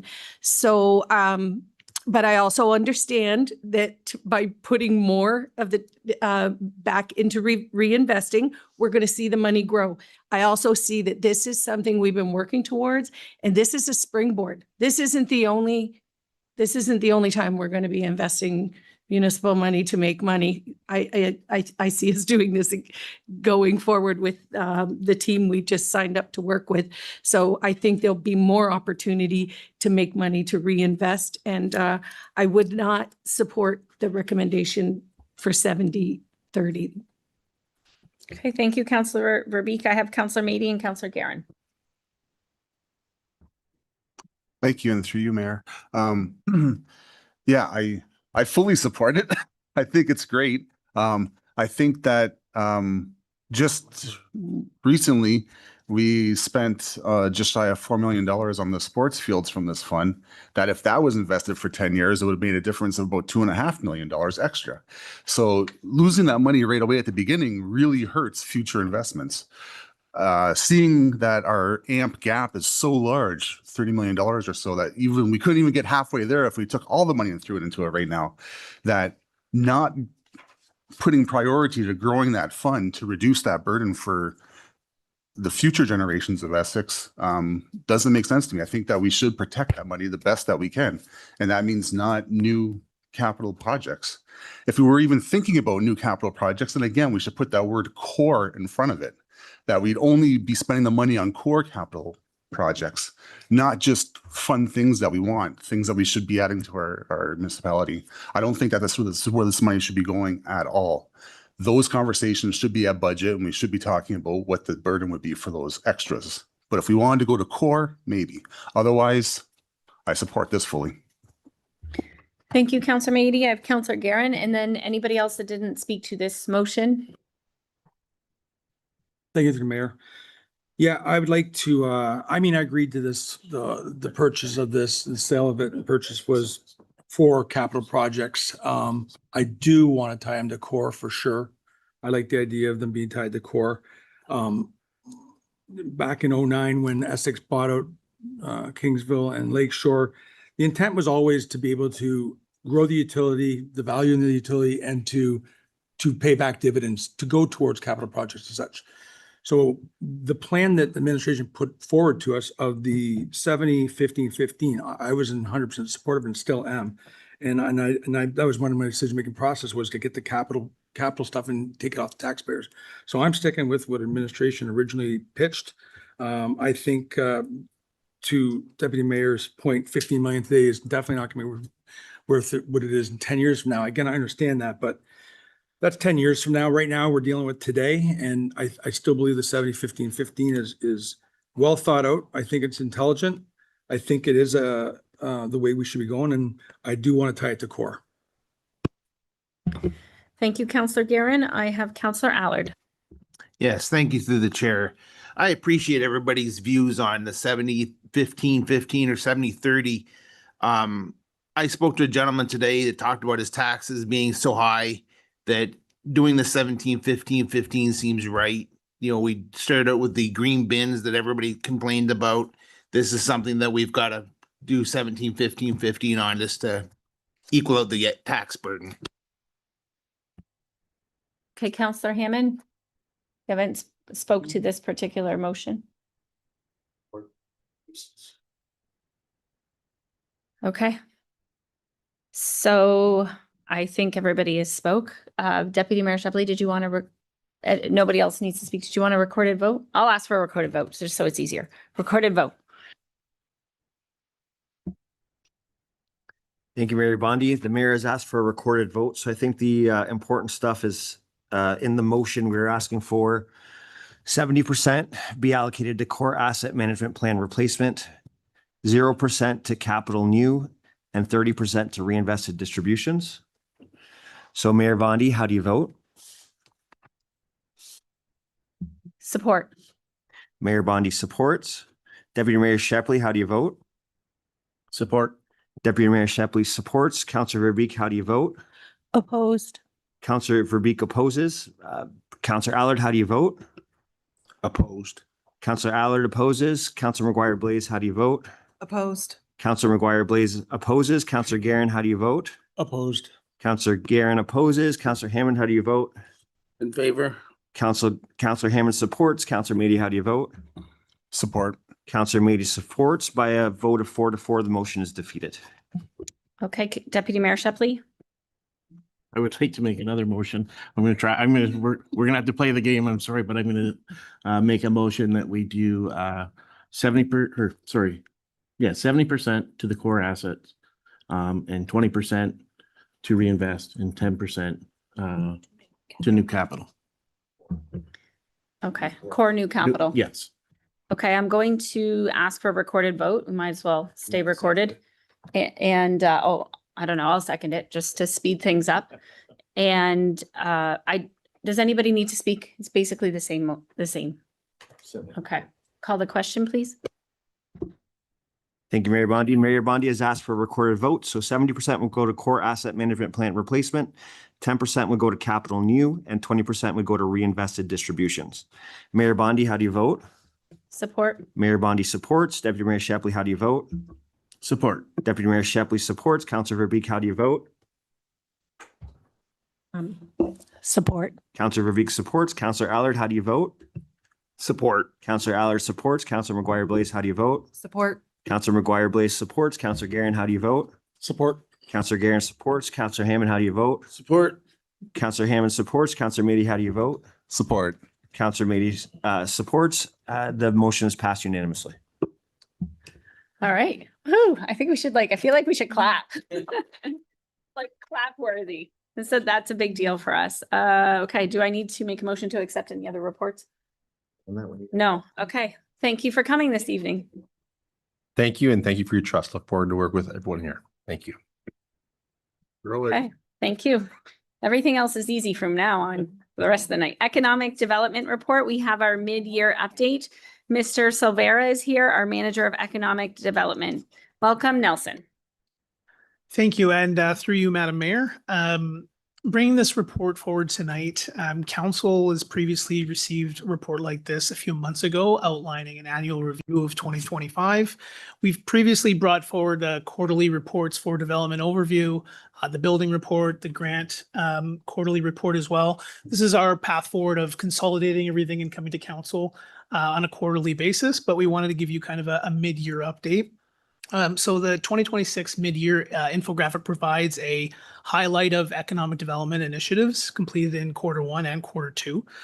Just some small highlights which you are probably already aware of. We did a downtown vacancy report, and as you are aware, we have a vacancy of 4.2% in Essex Centre and 2.1% in Harrow. Over that mid-year, we've directly supported 25 businesses through various initiatives and one-on-one meetings, created investment-ready lands profiles to highlight shovel-ready lands in the community for investors and developers. The overall building report highlights construction value is up by 15.1 million, or approximately 46% for the same period in 2025. The town's also developed some new tourism campaigns focusing on local Main Street businesses. The campaigns have had some great success so far, with positive feedback from the businesses that have been involved, highlighting Main Street Monday, which focuses on highlighting Main Street businesses and the story behind the owner. Day tripping in Essex, and highlights day trips throughout the town and things to do. So that's also in collaboration with our team in the communications department, relaunching the tourism website as well on a new platform. We've also highlighted some upcoming initiatives that we're doing in there as well. The main purpose is what I want to highlight is the grant report as well. And those are the numbers. And I know we've heard a lot of them tonight, so I think I'll just go over them briefly as well for council. So this report provides a summary of the town's grant activity in just quarter two of 2026, but also highlights some of the year. So including approved grants, pending applications, and recently submitted application, and some upcoming opportunities as well. So during quarter two, the town secured approximately 151,000 in approved grants. So that's approvals for climate change adaptation planning, Essex Fun Fest, invasive Phragmites management, and fire department equipment. So in comparison to quarter one, we had about 127,000 there, so about an increase of 20,000 or so. So during Q2, we have approximately 13.95 million in pending grant applications that we've submitted. The town has secured approximately 278,000 in grant funding so far in 2026. So if you want to compare that to 2024, for example, we only collected about 288,000 for the entire year. So we're up on that significantly. So administration continues to follow up with funding organizations, which we've told council about, to obtain feedbacks on denied applications as well. So we make applications to different organizations and try to make the case for funding. They're not always accepted, but to highlight, why we're denied, I think is important for council to recognize. So since the end of quarter 22, administration has continued submitting additional grant applications, which include submitted today, actually, 5.2 million for the Essex Center sport fields, 300,000 for Harrow tennis and pickleball courts through the Build Community Strong Fund. That's the federal portion and the provincial portion. 37,000 for the New Horizons Senior Program through the Government of Canada for senior programming and monthly recreation activities. 44,000 for fire department initiatives, including 23,000 for mental health and training, and 21,000 for fire extinguishers. So we are going to continue to monitor the funds that become available and continue to apply for them. We have the capacity to do that now in our department. So just wanted to provide an overall kind of guide for council that shows the updates and the work that we're doing on the back end to ensure that we're seeking and applying for every single opportunity that is available for us. Okay, thank you, Mr. Silvera, for coming tonight. Any questions, comments from members of council? It's good to see. Just to note to members of the public, you can see all of our applications for grants online, and you can see the reason why that we feel we weren't successful. So that's something. Is there anything members of the public can do for our outstanding grants that we have right now? For example, the Essex Center sports fields. Is there people they can write letters to, lobby, anything we can get community support behind? And then I have Deputy Mayor Shepley. Community support. To the mayor and council. So any correspondence that a member of the public would have that they could send to their local member of parliament, that would probably be a good idea. I do know that they did submit some of the user groups did submit some letters of support. So we did attach those to the application, as did our local member of parliament. So those things were appreciated from all of those groups, but lobbying your local politicians would probably be the best bet. Okay, thank you, Deputy Mayor Shepley.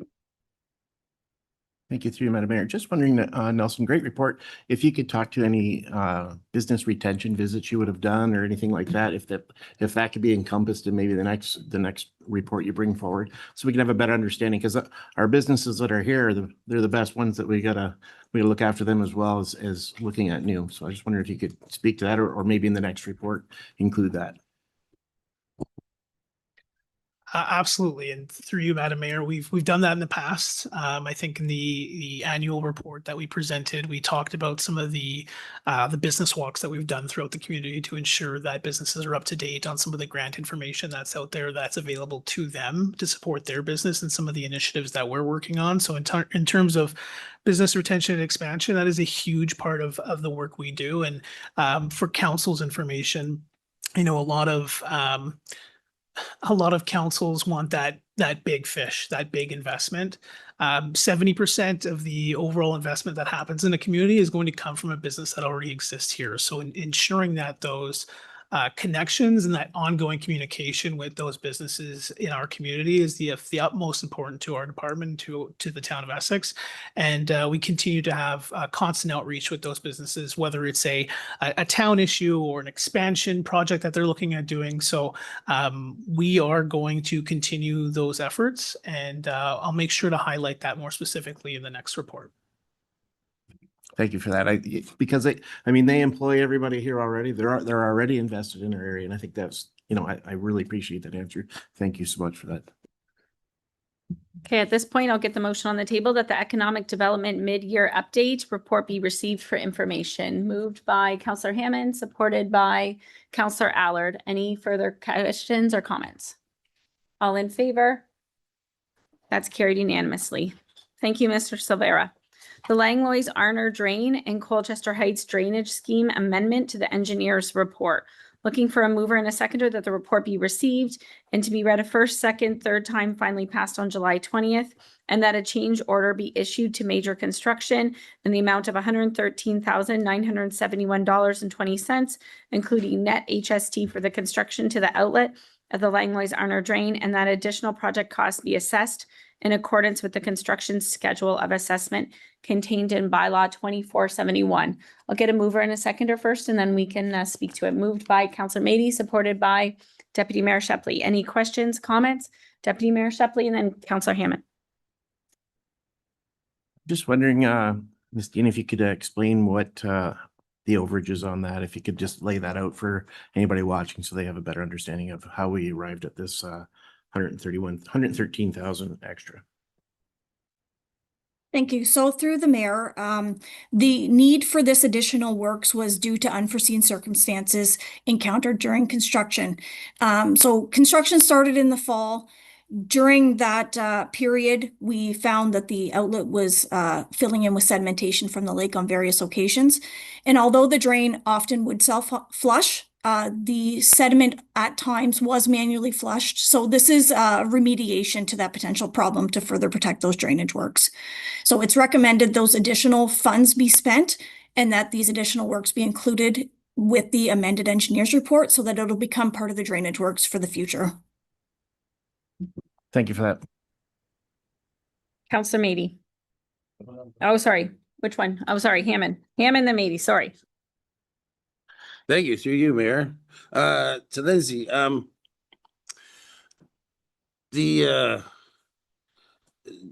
did the construction help with the sand buildup, or like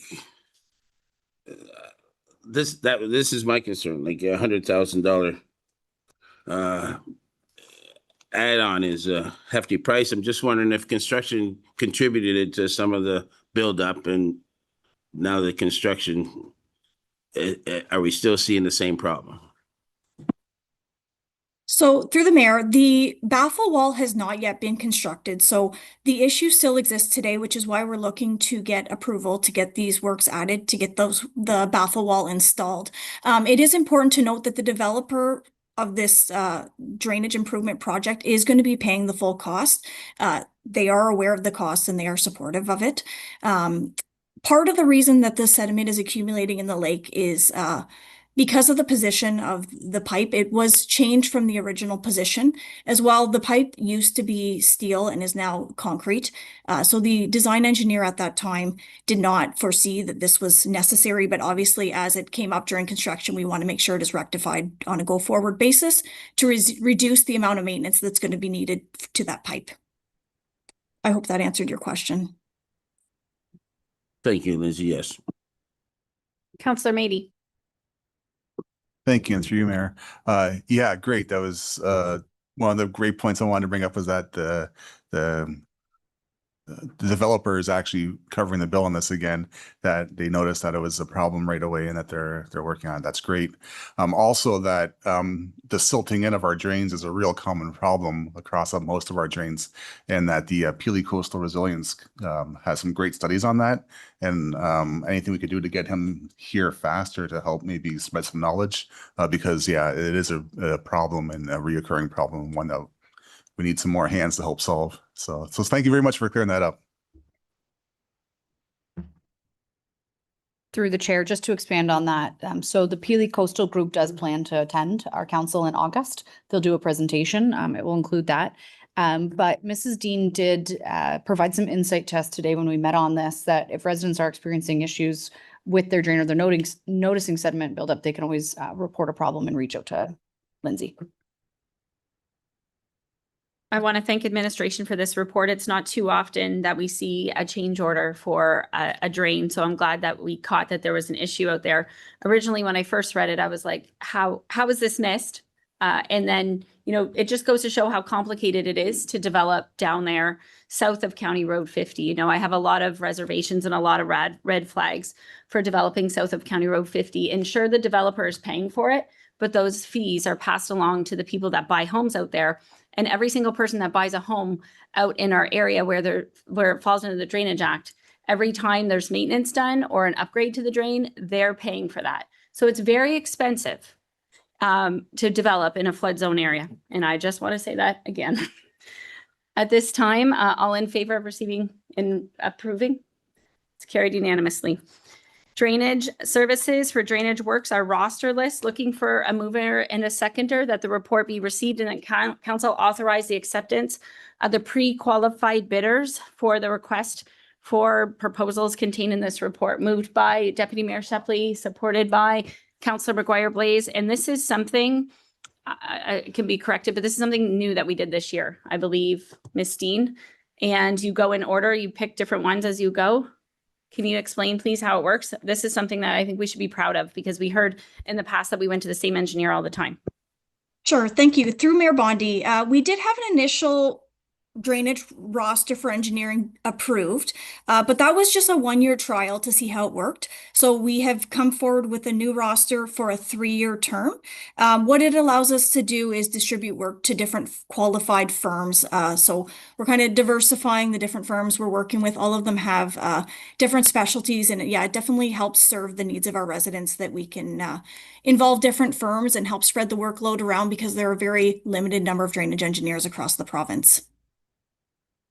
Okay, thank you. Councillor Meady. Thank you, and through you, Mayor. Great work. Yeah, this is awesome. I love the list. And I'm just curious, is your team keeping track too, if there's any deficiencies or any reoccurring issues with the list, that maybe that's how you kind of weed them out in the future? Is that part of the plan on here too? Thank you. So through the mayor, we obviously do work with our consultants if issues arise or concerns, or obviously some of these firms we haven't done a lot of work with. Most of them are returning from our last roster, but of course we are providing them feedback on how we would like to see work done within the town of Essex to help best protect our residents. So yeah, we do complete feedback. The only time we would potentially not renew with someone is if there was a serious issue, but obviously we would have a number of steps till we would get to that point. Okay, thank you, Councillor Meady. All in favor? That's carried unanimously. Moving on to our new official plan, additional budget. We'll go to Mr. Boer, our Manager of Planning Services, just to explain this request. Thank you, and through the mayor. So as you know, the town of Essex is currently undertaking the preparation of a new official plan and Colchester secondary plan. This project was approved as a multi-year project with an additional phase 2 that was directed by council in 2024. And since the initiation of that phase 2, there were several additional and expended tasks that have emerged that exceed the original 2024 project scope. And these include, but are not limited to, enhanced consultation with the County of Essex regarding the settlement area review, and also an in-person workshop that's scheduled with the county for July 29th of this year. Additional council meetings, including preparation for a progress update to council planned for August of this year, and in-person attendance of our consultants at future statutory public meetings and at the final adoption meeting, which are both planned for the fall of this year, as well as preparation of a memorandum regarding Bill 98 implications to the official plan. The additional and expended work reflects the complexity and significance of the official plan project. The added consultant support will assist the town in facilitating consultation requirements with the public and maintaining our project schedule. Otherwise, this will help to avoid the need for any future delays and higher project costs. So the change order represents the best path, in administration's opinion, to completing the official plan update within this term of council and bringing the document forward for public review and for your final consideration. Thank you.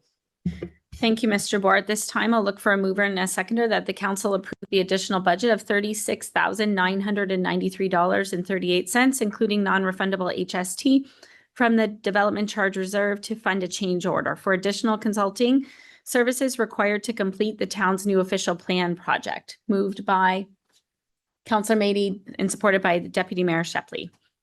Any questions? Councillor Verbeek and then Councillor McGuire-Blaze. Okay, thank you. Through the mayor. I know that you've done a lot of public consultation on this. I attended the open houses. You've made there's been ample opportunity for the community to give their input. Is that window closed? And if not, if there are stragglers that still want some input, how do they go about that at this point? Thank you. And through the mayor to Councillor Verbeek.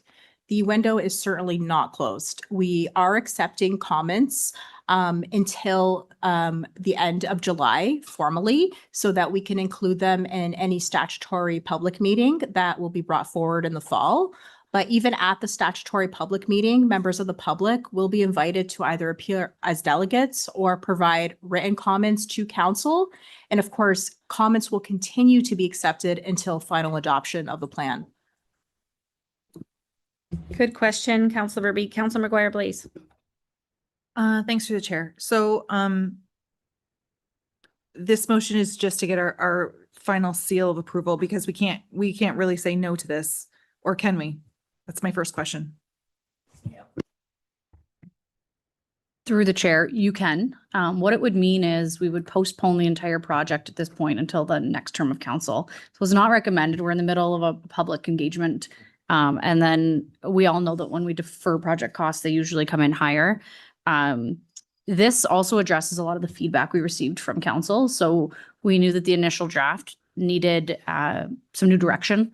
And so this is all part of it. It was additional work. Also, we know that there are other studies coming forth, such as the Peely Coastal, that we need to see how that impacts the path as well. So some new things that popped up along the way that we weren't anticipating. Thanks. And then my second question through the chair is, well, it's kind of just a suggestion, just because when we decide to defer something, I think it would be great for council to know ahead of time that this is going to cost XYZ. And this is where we're going to have to take those funds from, just because at this point, it's either like possibly, I don't know, but possibly our decision might have changed had we known it was going to cost an additional $40,000 at the time to defer, or to ask more questions, or to get more public input. It might just be if we had the whole picture that this is going to cost this much more, it might have changed some of the way that and it might not have, but it might have changed the way some people had voted. So I just think that that information up front would have been better than to have it here now and then say, okay, well, you don't have to, but you can defer it for another year. Which none of us, I'm sure at this table, want to do. We want to see this go forward. We want to see this pass. We want to see the new official plan. I just think that procedure wise, it would be smart at the time to say, okay, you can defer, you can ask for this. It's going to cost you more money. And maybe that was said and I just am not remembering it, but $40,000 seems like a lot. So that's just my 2 cents.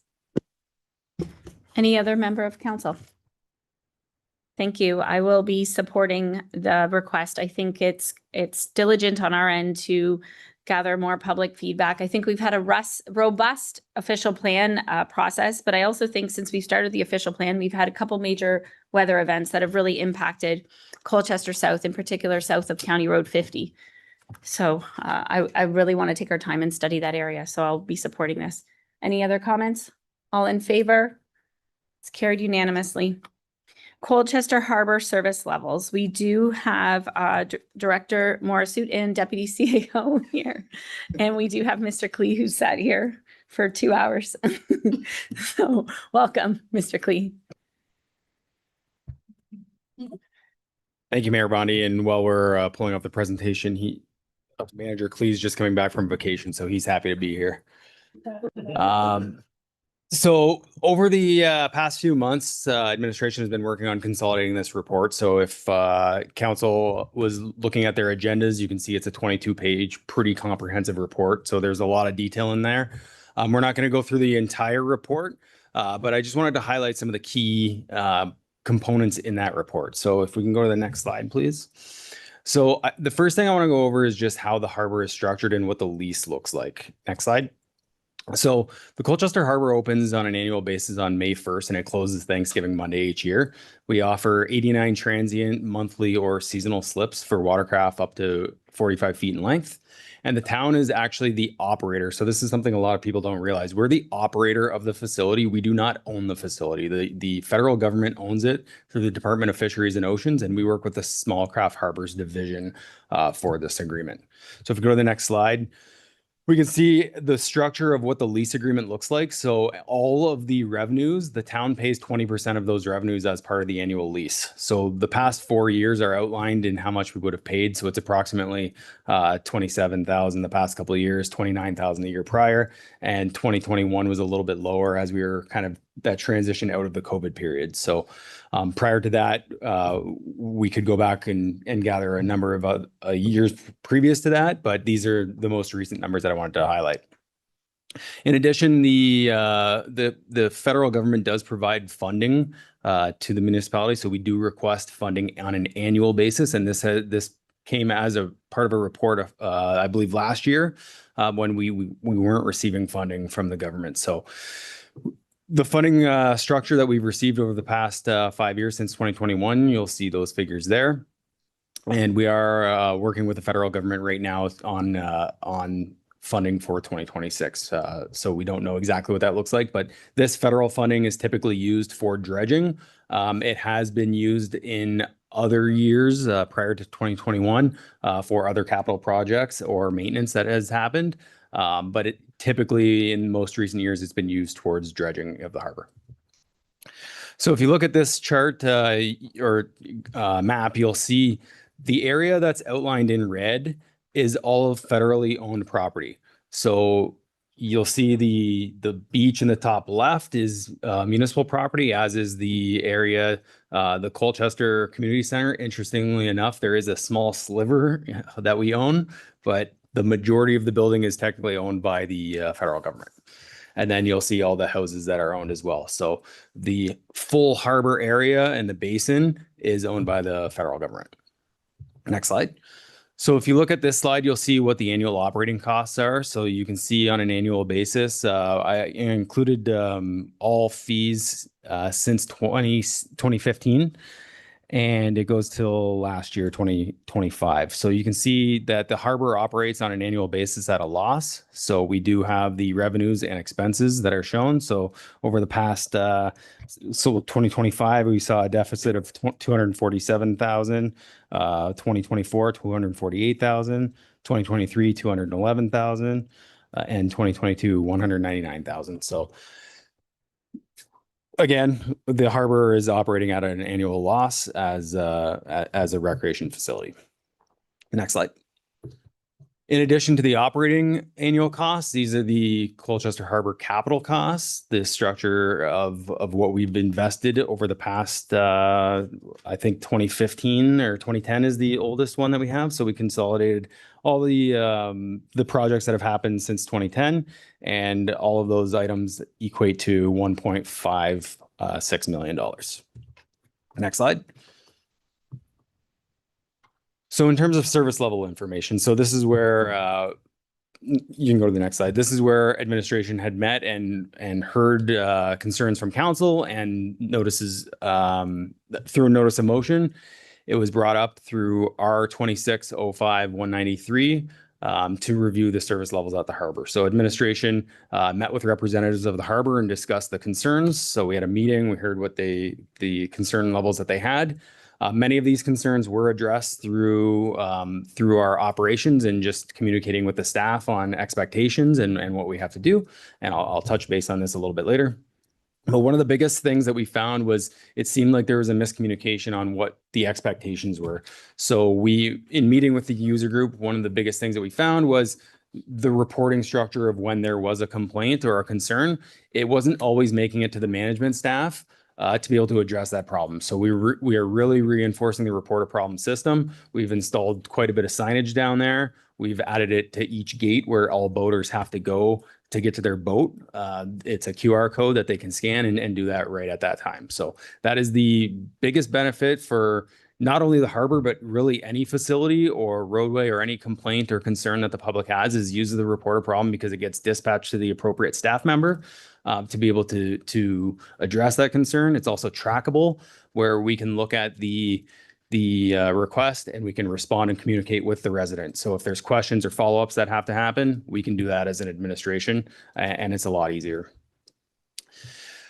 So going through a number of the actions that administration did address. So the first one is emergency response. So emergency response procedures are reiterated with logbooks in place for incidents that occur at the harbor. Item number 3. So there were 23 items in the report. So the ones that we were able to address, I'm commenting on now. So item number 3 was dock checks. So additional dock checks were added to the daily schedules of staff and overnight security. Item 4 was slippery docks. So staff are monitoring the docks for slippery areas and will retape or scrub when necessary. So sometimes they get a little bit of mildew on them.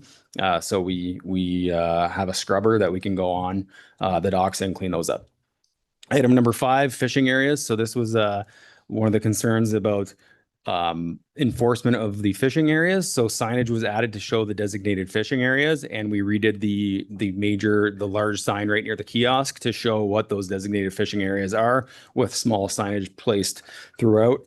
As well, the staff is on the lookout for people that are not fishing in the designated areas to be able to address those. Item number 6 is garbage. So staff now carries garbage nets to gather garbage in the harbor. So when they're doing a dock check, they can walk up and pick out the garbage. Next slide. Item number 7 is fish fly lighting. So administration met with the lighting architect to receive recommendations to ensure the harbor is safe with anticipated reduction in fish fly activity. So this is an item that we'll show a little bit later on the actual budget impact to that, but it can be considered for council in future budgets. Item number 8 is Phragmites. Administration received quotes for removal of Phragmites from the harbor area. Again, that is one that I have charted later. Item 9, pump out station. Administration received quotes to replace the pump out station. We have repaired the pump out station when we are made aware that there's an issue, and it's a pretty quick repair, but it is an older unit. So if we're looking to upgrade that, we do have a quote to do that. Item 11 is upgraded electrical. So a user fee is recommended to council as part of the fees and charges bylaw. So this is each dock, when they were redone, was provided with 30 amp service on the actual docks. So that is the level of service that we were providing. Newer boats have upgraded electrical. So some of them use 230 amp plugs and some of them have 50 amp circuits. So both of those we can do. Similar to what we had when we rebuilt the docks, was the docks came without the vertical posts. So if a boater wanted to have the vertical posts, there was a user charge that they can pay to have those vertical posts, and the staff would put those in for them. And this would be similar to that precedent where it's not the level of service we provide, but if they're looking for that, we can certainly do that upgrade. And that's why our recommendation as administration to council is to add that as a part of the fee and the fees and charges bylaw. Item 14 is insurance. So administration explained the importance of insurance requirements, which is consistent with other local harbors and marinas. So a lot of the boaters didn't understand why we have to have them named as an additionally insured party. And the primary reason is, number one, to make sure that the town is named in the event that there's a situation. But we also receive 30 days notice if they cancel their insurance. So then we're made aware by the insurance company that this person may not have insurance. So we can go back to that person and say, hey, you canceled your insurance. We need to make sure that we gather this. Next slide. Item 18 was lower level parking. So administration spoke with staff to ensure that that they are parking the upper level lots, and it's not taking away from the boaters that do have their private parking passes. Item 19, parking. Administration is looking to add painted marking lines in the no parking areas on the lower level. Sometimes what we're finding is that people are stopping along the beach to do a lot of unloading or just parking there. So we're gonna put better signage and make sure that the parking lines are showing that they shouldn't be in that area. Item number 20 is a shuttle service. So administration has monitored the Colchester Schoolhouse parking lot, and it has not been full, not even on Derby Day this year. There was still sufficient parking. So this would not be something that we would recommend at this time. Certainly something that we would want to continue to monitor. Most weekends, the parking spaces, we only see about 10 cars at a given time. So if a shuttle service was still something that we'd want to consider, we didn't need a little bit more parameters from council to be able to get a costing and see what timelines, how often we'd be looking to do that. Next slide. So service level impacts. So this is the list of the items that I had in that report where we did receive quotes and costing for that. So if we were to look at doing the lighting adjustments suggested by the lighting architect, it would be a $306,000 endeavor. So basically what that would be looking at is adding lights all the way around the perimeter of the pier and changing the lights coming down from the ramp. So what administration has been doing is we haven't been shutting off the lighting at the bottom, the big lighting that's in front of the pier for safety reasons, because it does give light for the harbor area and for people driving down the ramp. So if we were to take that away, the architect did agree that there would be safety issues along the water line and for vehicles traveling down the ramp. So, but at the same time, he did understand that the concern would be there for the fish flies because there's a lot of lighting that would be projecting at the water. So they do have a number of recommendations that we could implement, but you can see what the cost is. It's not quick and cheap change, and same with changing the actual lighting color. That wasn't advised by the architect either. Phragmites control, item 8 was approximately $20,000. The new pump out station, if we were to look at doing that, was $20,000 to $30,000. Upgraded electrical, like I mentioned before, our suggestion is a user fee of $700, which is essentially the cost to do that from a certified electrician.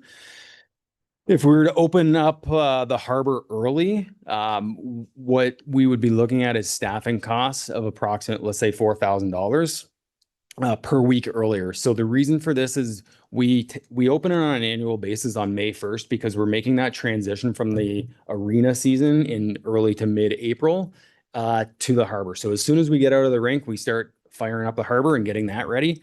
The only way that we could do that any quicker would be to either remove the ice earlier, which would affect user groups, or we would have to use staff overtime hours to be able to do that. So May 1st is the opening. If we were to look at opening on April 24th, we estimate that it would cost about $4,000 per week to be able to open earlier. In addition, we did get a cost for if we were to have some sort of gate access at the top of the harbor. So for people that would be users, we could look at a pay system where the gate at the top of the harbor, they couldn't even go down. The gate would lift up if they swipe their card, basically like you're at a toll booth. So that's another option. The other option that administration would recommend in this circumstance would be that other harbors, they have a locked box where people put in the cash when they're going to go there. So we could do something of that nature, a locked box. People put it in. We have a security camera monitoring the area, and it would be frequently emptied to have people utilize the harbor. Shuttle service, again, like I mentioned, was more parameters would be needed for that. And then the turning roundabout for traffic flow, the actual document that was written showed $700,000, but it's actually $150,000. That was a typo. The consolidated cost amongst other projects would have been $700,000, but the turning roundabout itself would be $150,000. So and that was a 2016 budget quote. So what that was talking about was adding, if you go down to the bottom of the hill, you would be able to go around an island, which would cut into our beach area, essentially where the dinosaur fossils are planted right now. That would become a roadway, and it would almost be like a roundabout to create additional space. Next slide. So in terms of recommendations, you've seen the costs of if we were to upgrade the service levels down at the harbor, but in terms of recommendations, council can direct administration to add item 11, upgraded electrical as a user fee to the 2027 fees and charges bylaw. And this is the time where administration is looking for direction if council wants to bring any of those service level options back to budget for 2027, or if there's any questions at this point. Thank you, Deputy CAO. Any questions? Councillor Hammond. Thank you through you, Mayor. Couple questions. 2020 and 2021, there's a increase of $100,000 in expenses. 2016, 2017, there's a decrease of $100,000 in expenses. Some sort of explanation for that. Which specific years were you referring to? 2020 versus 2021, $100,000 increase in expenses. In 2016, 2017, $100,000 decrease. Yeah, so without looking at the specific budgets and the line items in detail right now, I can say that some of the major increased costs that we would see would be years where we have heavy dredging. I do believe in COVID, there was one year where we had to do dredging at the beginning of the year and the end of the year because they couldn't do it all the year that COVID was shut down. So there was a double hit. I believe it was 2021.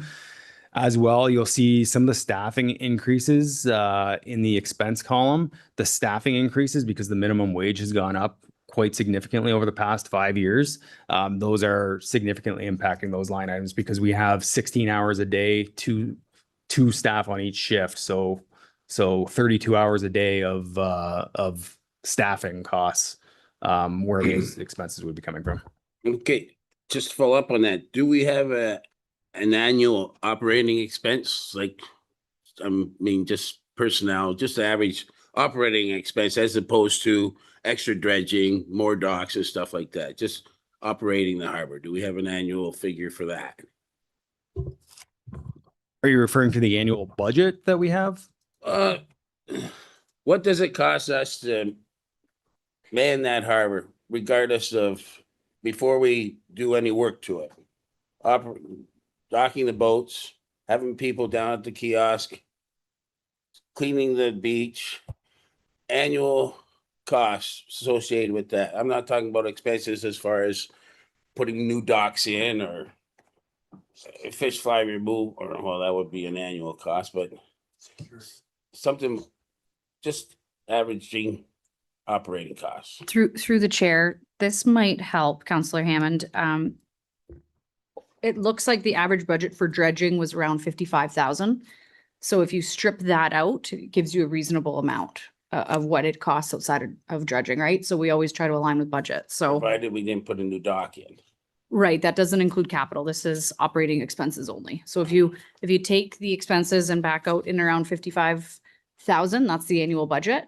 You're in and around there, except for those high years that Director Morrisseau mentioned. Okay. So it could range anywhere from 250,000 upwards to 350,000, 400,000.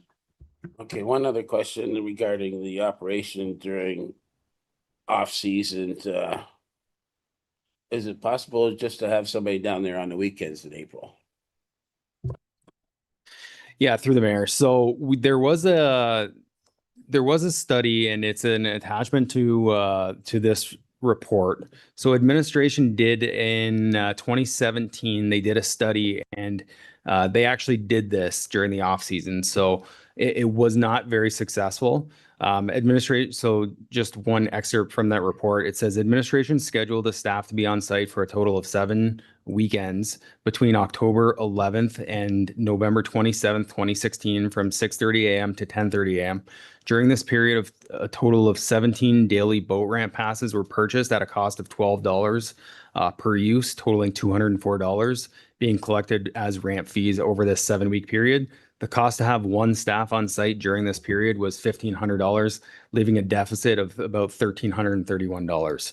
So what it seems like is a lot of people down at the harbor will see that people are launching their boats, but we do have a lot of people that have seasonal ramp passes. So not every single person that is going down there launching their boat would be people that we would be gaining revenues from, because they already have their boat ramp purchase for the year. So that does seem to be something that and that was one of the topics of discussion through the people that we were working with. They brought that up, and we just said, like, there may be a perception that people aren't paying, but our staff, number one, they have wireless terminals, so it can be a quick tap just to pay, or they may not be required to pay because they've already paid that overhead fee for the ramp pass as a seasonal. That's great. Unfortunately, I'm more concerned about in the spring, just after ice out, when all these fishermen in bulk want to get out there on the water for the first time. That seems to be the most opportune time to get some extra income, as opposed to the fall when it's dwindling off. Yeah, so one thing that we would say about that is we can absolutely have staff, but the one issue that we have is the students to be able to do that. It's not easy to get students at that time of year because they're still university students. So that's one of the things when we open at the end of April, they're just finishing their university exams, and it's not easy to get the staff there as well. There is the risk that we would be losing money by paying staff, and we would schedule them, and then the weather could be poor. There are certainly days where there's quite a few people that go to the harbor and we could collect revenues. That's why our recommendation as administration would be to put the cash box there. It is used at I don't know if it's done at municipal harbors, but I know some private harbors do it, and people are relatively honest from the feedback that we've received. So that would alleviate having to pay overhead for staff there, and people would still be paying the ramp fee because it would be an expectation. But ultimately, this is council's choice. If they want to do that service level and have staffing there, we can put those costs together on what we would anticipate that to be as part of budgets for this upcoming year. Okay, thank you, Councillor Hammond. I have Councillor Mady, Deputy Mayor Shepley, Councillor Verbeek, Councillor McGuire, please.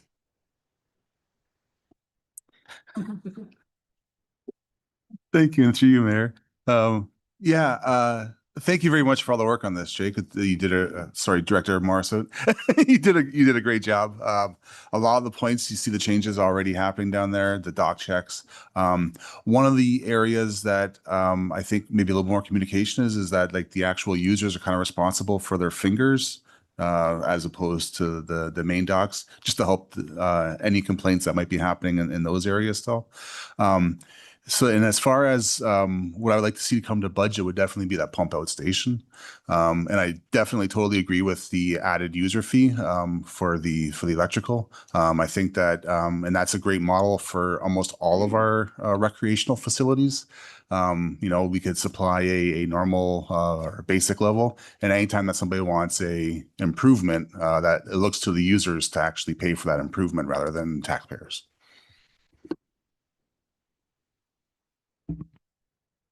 Thank you. And through you, Madam Mayor, Deputy CAO.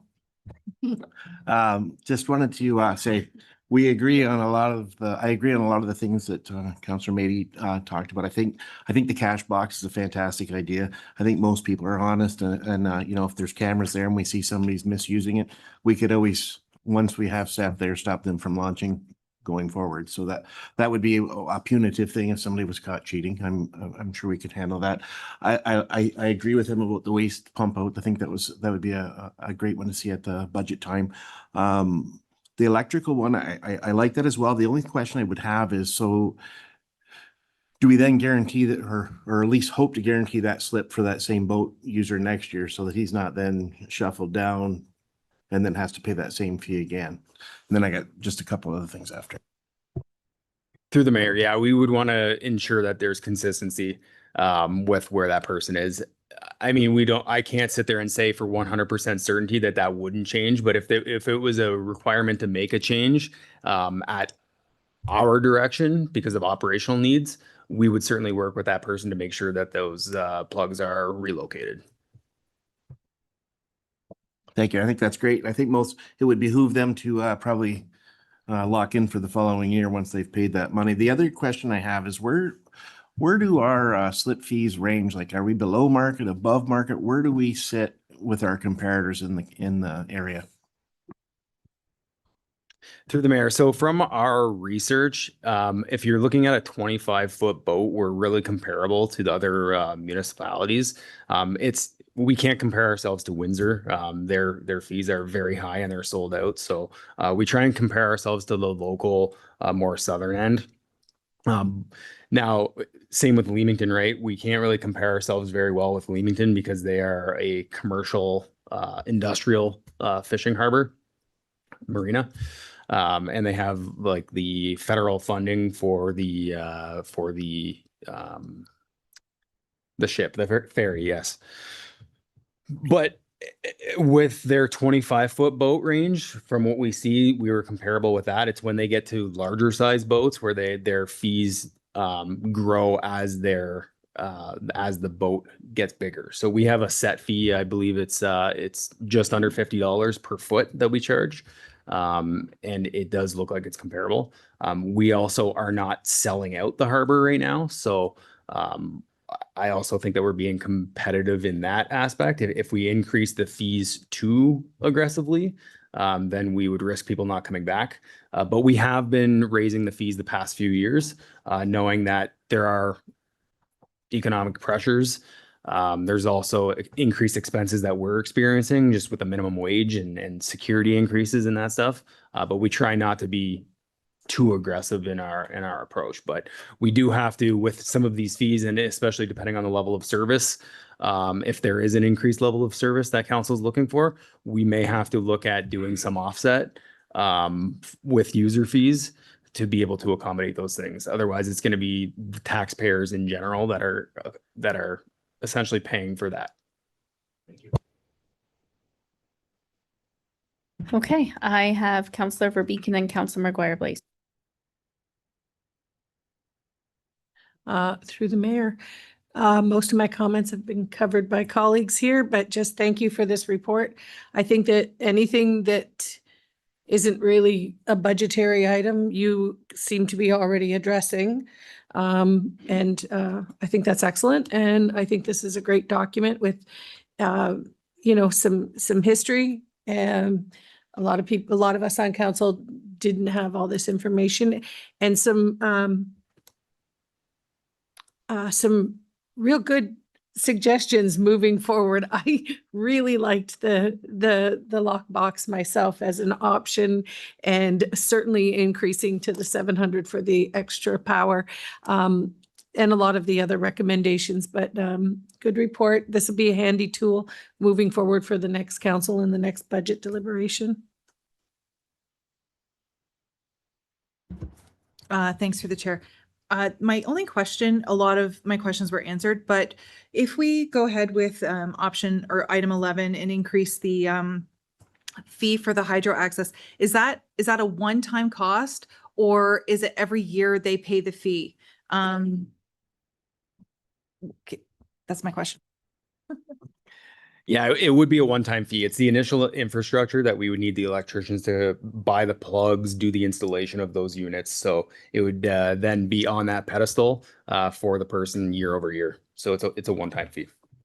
Thanks. And then further through that, so Joe pays the fee, $700. He's been parking there for years. He wants the upgrade. He pays for it. 2 years later, he moves. He's no longer parking his dock there. Lori comes around and she's now parking in Joe's space. What is the fee Lori pays now that she has access to it, but she didn't pay for it? Through the mayor, because that infrastructure would already be there, we wouldn't be looking to increase the fees. That overhead cost would have already been paid for. So we wouldn't be looking to gather additional funds. It would kind of be like double dipping on our part. So we wouldn't want to do that. The initial fee was already paid for to get that in there. And it would kind of be lucky for that person that would be going there. Now, one thing we would look to do is if there was a boat coming in that would need that power, then we would try and put that person in that spot rather than a different person that doesn't require that. So we would try and use those synergies where it's appropriate rather than adding to other pedestals elsewhere that may not be needed. Thanks. And last question through the chair. In that case, would we look at that now that dock now being more lucrative? We could charge more for that because it has the extra service. I mean, so if we have two boaters who want that space because it does have something extra, we could say, well, it's an extra, $100 a year. I don't know, just something, because in the future, right now it's fine because our boaters are going to hopefully stay there for an extended period of time, but eventually they're going to move on and somebody else is going to be in that space. And I just think that if you only have 12 of these spaces, they're going to be worth more 10 years from now than the other spaces. Something to think about. Counselor Guerin. Through the mayor. Yeah, like at the festival, if somebody wants a 50 amp plug, a 220 plug, they pay more than somebody who needs a 110. We could do something similar there. You've got 50s and you're drawing more hydro, so you're paying more. So I'd recommend, if we're not doing that already, which I'm sure we are, we're charging more for the 50 amp than we would a 30 amp. So this is actually the first situation that happened this year where we had the 50 amp. So we do have an additional fee for air conditioners. So if somebody has an air conditioner, then we expect them to pay that additional fee, which is where most of the draw would come from a boat, is with those air conditioning units. Okay, good, really good report. I would like to add to our recommendations that we, again, write to the federal government to ask them to keep our revenues. We're not getting a lot of money to operate this arena. And I think that it's really expensive for this marina, sorry. We're doing a lot there, so I'm not sure if that's something we could do. We could, Director, Deputy CEO. To the mayor. So yeah, we could certainly do a letter like that. One point of consideration is I believe it's 2027 that our lease does renew. We would have to initiate that and work with them on the renewal. So that's something that I can be mindful of when we look to have those negotiations, to see if we can reduce that, hopefully to zero, or at least if they're not willing to go zero, because I do know it's different branches of the government that's looking to gather their funding. Maybe we can get it down to 10% instead of 20%, but something that I will be mindful of when we do those renegotiations, certainly. Okay, thank you. I would like to have that in our lease negotiations going forward. I would also, I'm hoping this fall, the deck boxes can all come off so that they don't blow off. And I've been talking to the CAO about this because this is such an important feature in our municipality. I'd like us to see a little bit more of a breakdown in the budget. You know, this was a really good report. This is a base report that hopefully members of the public and members of council can reference in the future. But I think it would be good to see a detailed sheet in our budget that shows, you know, a lot of people down there say, dredge the seaweed more. And then you say, hey, it's 300,000. We have 90 users. You know, we're really already subsidizing this with tax dollars. So if you want an increased level of service, we're going to have to look at berthing fees or raising taxes for something that is really used by a handful of people compared to the majority of our residents. I do think looking at the pump tank and getting ahead of that might be something we want to look at in the budget. At this point, I'll look for a mover and a seconder that we receive the report and that council direct administration to upgrade the electrical user fee to the 2027 fees and charges bylaw, and that council direct administration to include, I did hear some consensus over the pump tank. We can talk about it in budget if we get it in there.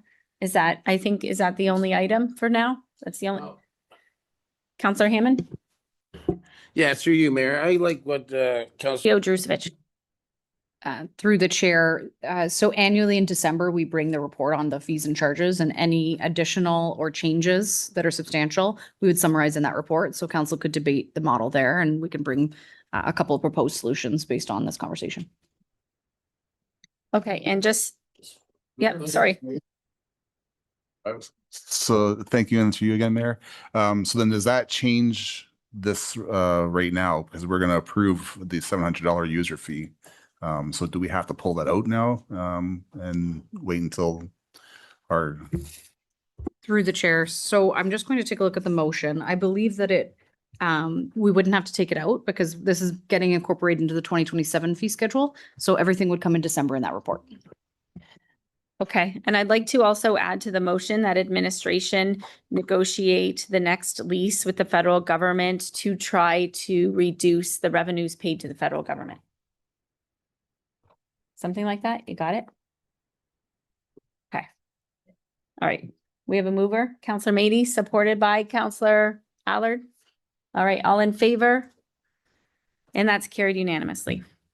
Okay, moving on to Colchester Harbor Seaweed Management, Deputy CAO Morrisou. Thank you, Council. So the second notice of motion that came back was regarding the seaweed report. So this one will be a little bit quicker. Next slide, please. And next slide. So just a little bit of operating info. So we already discussed this on the last presentation, but I just included it here. If people reference the presentation, they can have this for the future. This is just the whether it's mechanical or manual, we're not allowed to touch it. It's federal regulations. So after July 15th, what we do on an annual basis is we have the staff. They go out there in problem areas or areas that we've received complaints about from the boaters, and it's like a giant razor blade. So it's like a T shape. They throw it in, they pull it out, and it cuts the seaweed right from the bottom, and then the seaweed will float up to the top, and then they'll remove it that way. So it is very laborious. It takes a long time, and we can't. We have people out there very frequently, and we can only get so far with the amount of staff because of the labor intensive aspect to the job. So the town, what we've also done over the past few years is we've purchased underwater fans to assist in water circulation. So that fan is supposed to blow some of the material around, and it makes it less likely for seaweed to grow. They do work in very close proximity, but we would have to have a lot of fans to be able to do that. And we would also have to get high commercial grade fans, which are quite expensive. So not necessarily the best solution for the problem. As well, the town dredges the harbor after Thanksgiving. And as part of the dredging, seaweed removal is done in the really bad areas. Because of the cost of dredging, we'll get into that in a minute. Not all areas of that are done. Next slide. So we looked at several different options. We contacted several marinas, and these are the options that a lot of them are using. So the first one is granular pellets, which they're a granular pellet that you sprinkle in the well areas of each boat, the area. And what it does is it consolidates the biomass and breaks it down, so it's harder for seaweed to actually grow in the muck. So it breaks down that organic material to prevent seaweed growth. So we have reached out to a number of locations that use it, and they say it is effective. A second option is aquatic herbicide. So this treatment can only be used in the actual main waterway areas. You're not allowed to go into the actual boat well areas to do this. Again, federal regulations prevent that from happening, but a lot of other municipalities do use this in their marinas. Another option that the town used to use probably a decade ago was mechanical cutting. This is quite expensive. Basically what it is, it's mechanical cutters that go in, they cut the seaweed. It's kind of like, if you think of it like lawn mowing, but underwater. So you're cutting it and removing the seaweed. From there, it has to be taken out of the harbor. So it gets loaded into dump trucks, and it can either be dumped on like a local area to dry it out and then bring it to the dump, but you're going to get smell, and it's not going to be pleasant while it's drying out. But that will significantly reduce the weight of what you'd be bringing to the landfill as tipping fees. The alternative is you can scoop it right out and drive it right to the landfill, but because it's going to be waterlogged, you're going to be paying a lot more in the tipping fees. So there's that balance, the pros and cons of the smell for a few days and letting it dry out and removing it, or going direct. But either way, there's still quite a significant cost of doing that. In the current practice of dredging, we do spend quite a bit on an annual basis dredging, but if we were to look at dredging the entire harbor, including the wells, we'd be looking at approximately $325,000 annually to be able to attack that and do the seaweed removal as part of the dredging. And then manual cutting, as I mentioned before, we'd be looking at hourly staffing. It's very labor intensive because you have to cut it, scoop it, remove the seaweed from the site. As I mentioned, it's not recommended because of the labor intensive aspect of it. We use it more for spot management when necessary. It would also be difficult for us to recruit a position that's just a seaweed management person, because you can't do anything until July 15th. So essentially the person would be working for a 6-week cycle. Person or persons would be working for a 6-week cycle. And like I mentioned before, you can do a lot of work and it doesn't look like you've done that much. So not the recommended aspect of what we would look for. Next slide. So in terms of future weed control, what we're looking at, so the town budgets $75,000 each year for dredging. So sometimes we do receive federal funding where we can do a little bit more dredging, as I mentioned before, and we budget $8,000 for seaweed management, which in previous years, we've always done the seaweed management as part of the dredging because it's the best method to use, because you're scooping the seaweed right from the base and cleaning that out. So they kind of went hand in hand. Federal government has contributed funding to allow for more dredging or other capital projects, as I mentioned before, for up to $40,000. But this federal funding is not guaranteed on an annual basis. We have to apply, and then it has to be approved. In 2026, administration is targeting weed control separately from the dredging. So based on the different research that we've done, what we're looking to do is we've purchased the granular pellets. So we're going to give that a try. We've heard positive things.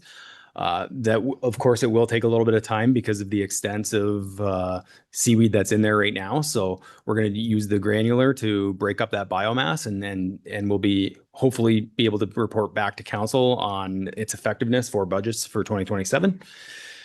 And then if council wants to do additional seaweed management, we can plan to bring back for budget in 2027. And if there's any questions on this, Okay. Thank you, Deputy CEO. Director Morrisseau, Councillor Allard. Thank you. Through the chair to Director Morrisseau. The pellets seem like the really only real answer. Do they have to be done every year, multiple times a year, or how do they? Through the mayor. So it sounds like it's a monthly application. So we'd probably be doing it, again, it's budget dependent, but probably I believe it was 4 applications per year.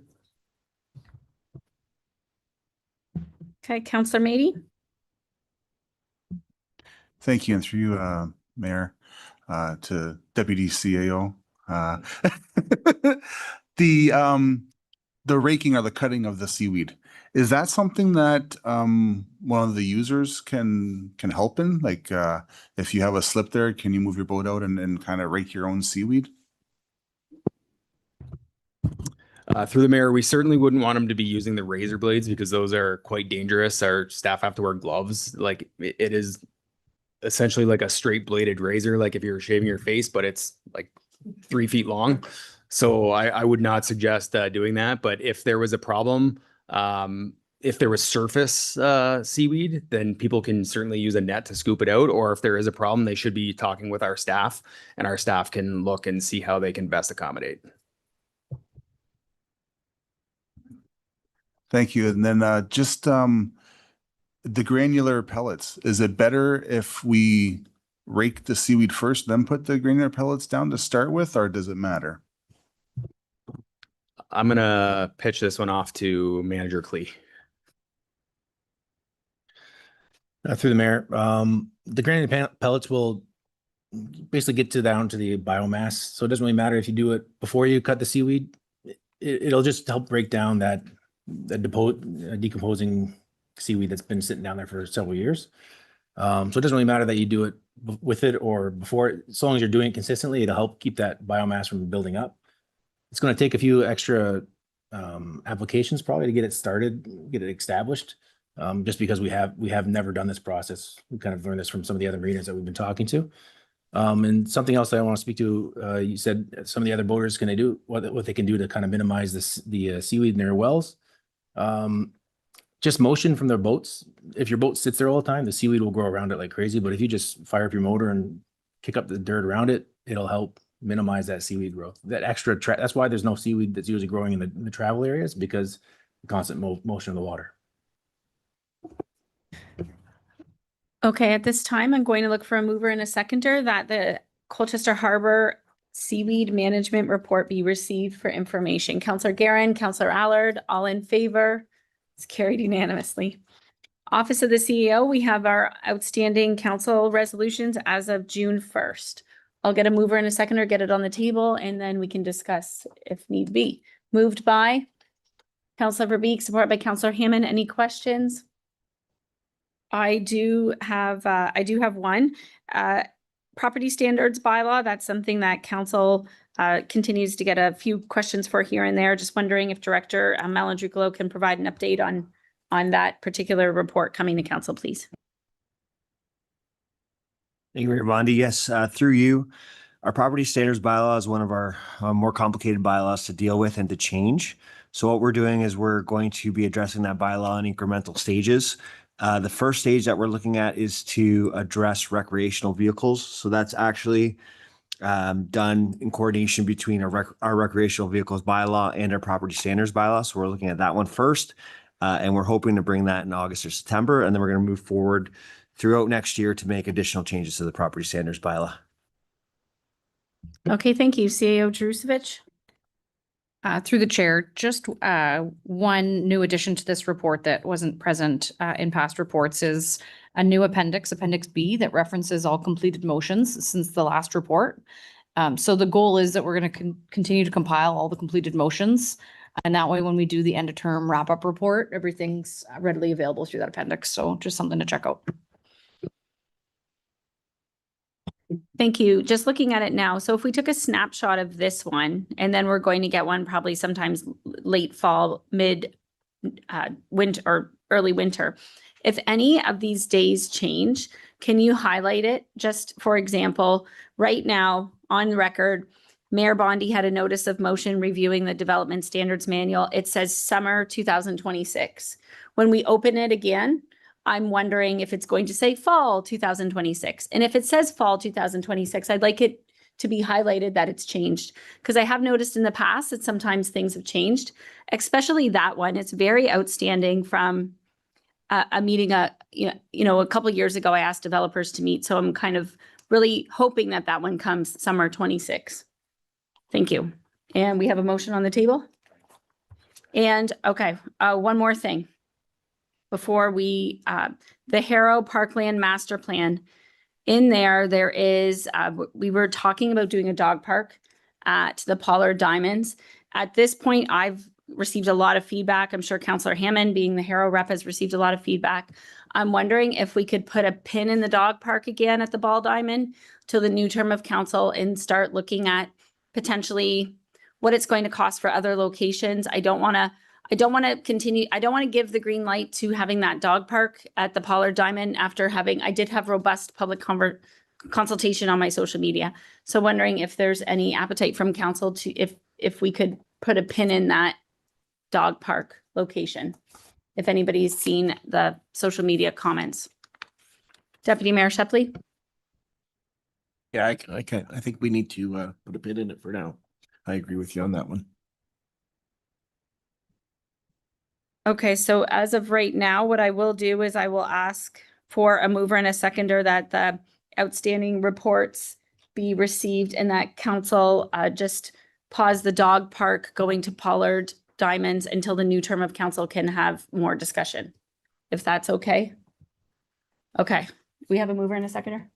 Okay, moved by Councillor McGuire Blaze. Was that a move? And supported by Deputy Mayor Shepley. Okay, any questions to that motion? All in favor? And that is carried unanimously. Okay, moving on, we have a report from our youth member who couldn't be here tonight. So I'm not the youngest one anymore here, so I should have passed this down. But from Lauren Smith, following another successful year, the Essex Fun Fest 5K is proud to announce a donation of $9,000 to the Essex Area Food Bank. This contribution was made possible through the incredible support of our sponsors, participants, volunteers, and community members. She'd like to thank everyone who made this year's event a success and for continuing to show support for such an important cause in the community. And there is no county council update. We'll go to correspondence. Looking for a motion that we receive it all, and then we'll pull out particulars if council desires. Moved by Councillor Mady, supported by Councillor McGuire Blaze. All in favor?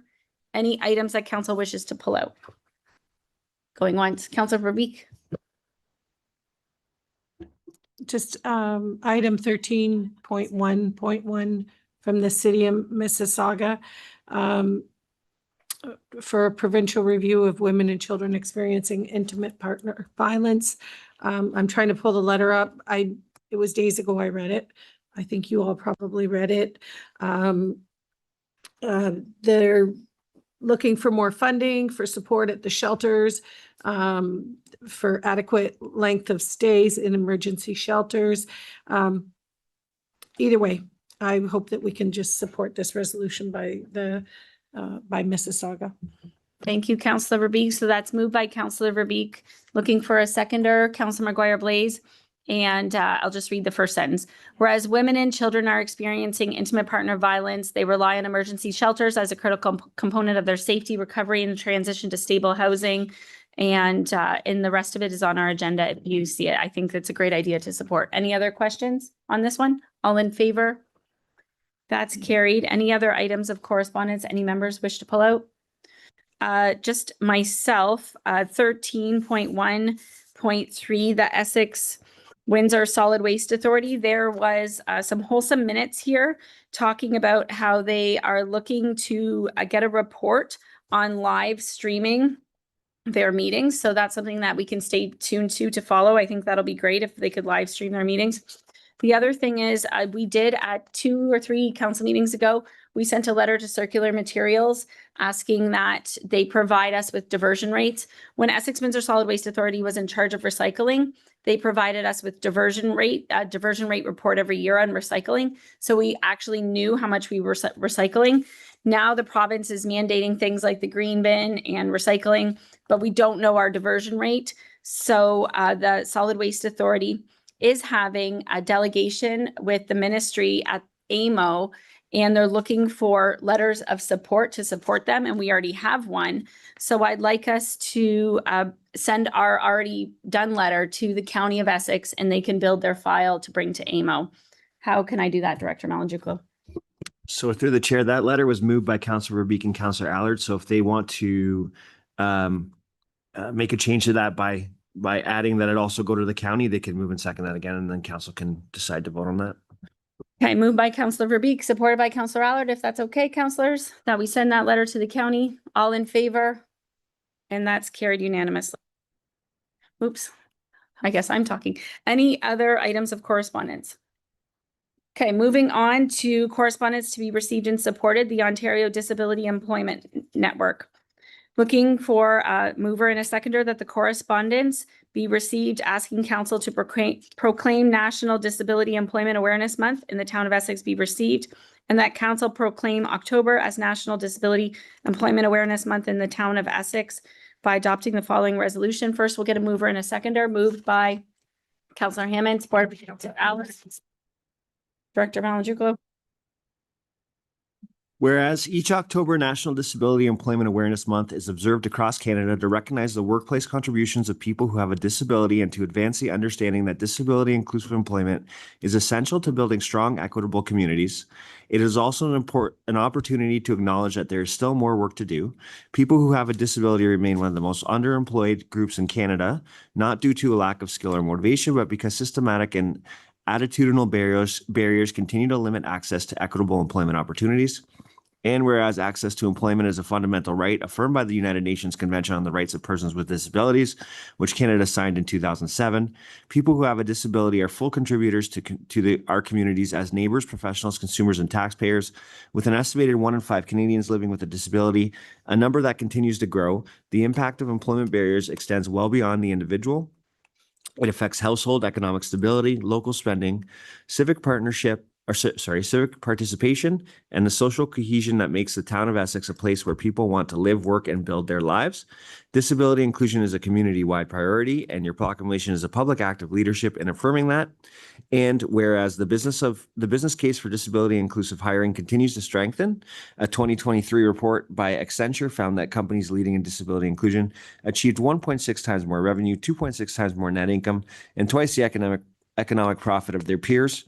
In a period of economic uncertainty, people who have a disability represent an experienced, skilled, and underutilized talent pool that many local businesses have yet to fully consider. The community is paying attention. 62% of Canadians say they are more likely to support companies with policies that support employees who have a disability. For business in the town of Essex, that is both a reputational and a business opportunity. Okay, thank you, Director Malonjukulo. All in favor? Opposed? That's carried. Therefore, I, Sherry Bonnie, Mayor of the Town of Essex, do hereby proclaim the month of October as National Disability Employment Awareness Month in the Town of Essex. Moving on to our Drainage Board, we are appointing a new member tonight, looking for a mover and a seconder that the application of Robert Demena be appointed to the Drainage Board be received or received and supported.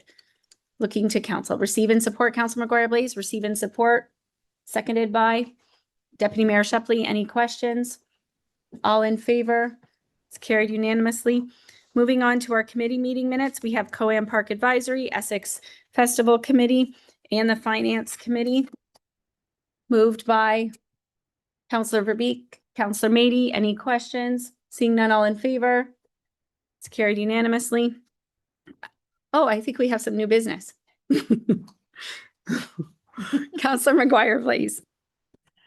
Thanks through the chair. I just wanted to bring up, yesterday, the mayor hosted a walkabout along South Talbot, where we were able to hear from, some experts on, some noxious weeds, and what we have there is a lot of noxious weeds.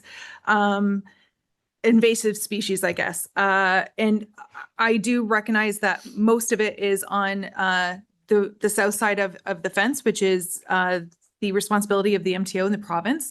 But we do have a responsibility on our side of the fence, the north side of the fence, to our residents and to the community to maintain the area and try to reduce the noxious weeds. Mayor Bondi. Thank you, Deputy Mayor Shepley, as one of the movers of a vote that I believe should be reconsidered, I would like to bring forward a reconsideration vote, and I believe it is minor and urgent because I'm not going to ask for any extra monies. I'm just going to ask for a vote to be rescinded. And it is urgent. We only have one council meeting in August. So to go through the notice of motion process, we wouldn't talk about this until September. So I'm asking for your opinion if my motion to reconsider Resolution 2607-307, and that was to use beautification monies to just do a naturalized area. I would like to rescind that motion. Thank you, Mayor Bondi. I think that meets the criteria. I'll allow it. Mayor Bondi. Okay, thank you. So at this time, I'd like to put forward a motion to reconsider. This would need 6 votes tonight, and a seconder would have to be somebody who also voted the same way I did that night. So I would like to move So through the chair, so I just wanted to point out who did vote in favor. So a seconder would need to come from Councillor Verbeek, Councillor Allard, Councillor Beatty, or Councillor Hammond. So do we have a seconder of those? Councillor Hammond seconds the motion. Would you like to speak to the motion, Mayor Bondi, or go ahead? Sure, I'll speak quickly. I want to apologize because I really did feel that the South Talbot Trail was a naturalized area. And upon a further investigation with many residents last night, along with some members of the audience who shared some expertise, I found out that it was mostly thistle. So I think we should revisit it. You know, when I'm wrong, I say I'm wrong, and I don't want to keep going down the road if I feel that we're wrong. So I think reconsideration is the best move for the residents.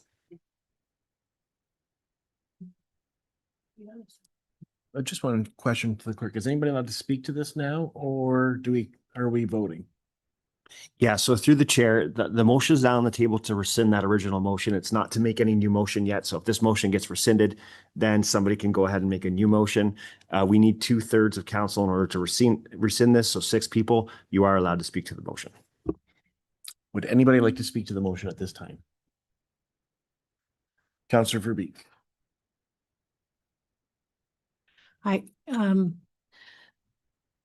Through the deputy mayor to the mayor? Okay. You're right. When we learn better, we do better. And I just want to confirm that by rescinding this, I understand that you and Councillor McGuire Blaze did a lot of work on this last night. And I want to confirm before I can support this, that the intent is to continue this strip as a naturalized area. I don't ever want to lose that. But I do understand there's a much better way, a more proper way to move forward, creating this naturalized space. And so I'm a little nervous if we did rescind what we did 2 weeks ago. I want a little bit of confirmation. Is that the intent, that we're going to just move forward in a better fashion, in the correct manner to naturalize that space? Would you like to speak to that, Mayor Bondi? So if the motion is rescinded, then it would be nice to have something along these lines, which has been worked on with some of us, that council direct administration to proceed with the following as a level of service for the multi-use trail on South Talbot. Continue with naturalization. Use urban revitalization funds in the maximum of 5,000 for staggered grass maintenance, and that can mean whacking the thistles, and pursue grants and coordinate volunteering of time and donations, and that would be to naturalize the area. Thank you, Mayor Bondi. We'll revisit that after we have this vote. Any other comments at this time? Seeing none, we'll call the vote. Would you like a recorded vote, or I guess we have to, or do you have to record it? No, just a vote. Okay, so all those in favor? And that carries unanimously. Mayor Bondi, go ahead. Thank you. At this time, Chair, I'd like to ask that council direct administration to proceed with the following as a service level for the multi-use trail on South Talbot, to continue with naturalization. That we do want naturalization.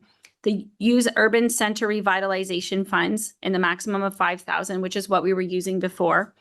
Staggered grass maintenance, and then pursue grants for enhancements, and coordinate volunteering of time and donations. And that would be towards naturalizing the area. Thank you, Mayor Bonnie. Is that seconded by Councillor McGuire Blaze? Any comments to the motion on the floor? Councillor Mady, then I got Councillor Garen. Thank you. And through you, Deputy Mayor. Yeah, seeing it down there, there's definitely a problem with thistle. Unfortunately, the problem with thistle is on the opposite side of the fence. I don't want to take away from our staff on their efforts down there, because we're going to have to keep constant pressure on the province to clean up their thistle. Unfortunately, it looks like naturalization is getting a really bad name there, not because of the work that was done, but because of the work that wasn't done. I had a chance to go see a very wonderful naturalized area that within 2 years, you would not believe that it was a field, a barren field.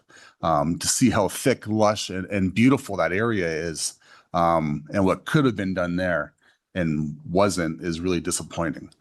So we're going to have to keep pressure on the province to clean up that side of the fence. Councillor Garen.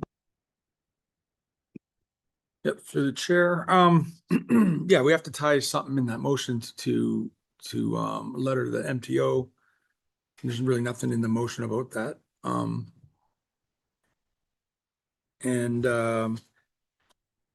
So what is going to be the direction though to administration moving forward? Like, what's going to happen this week?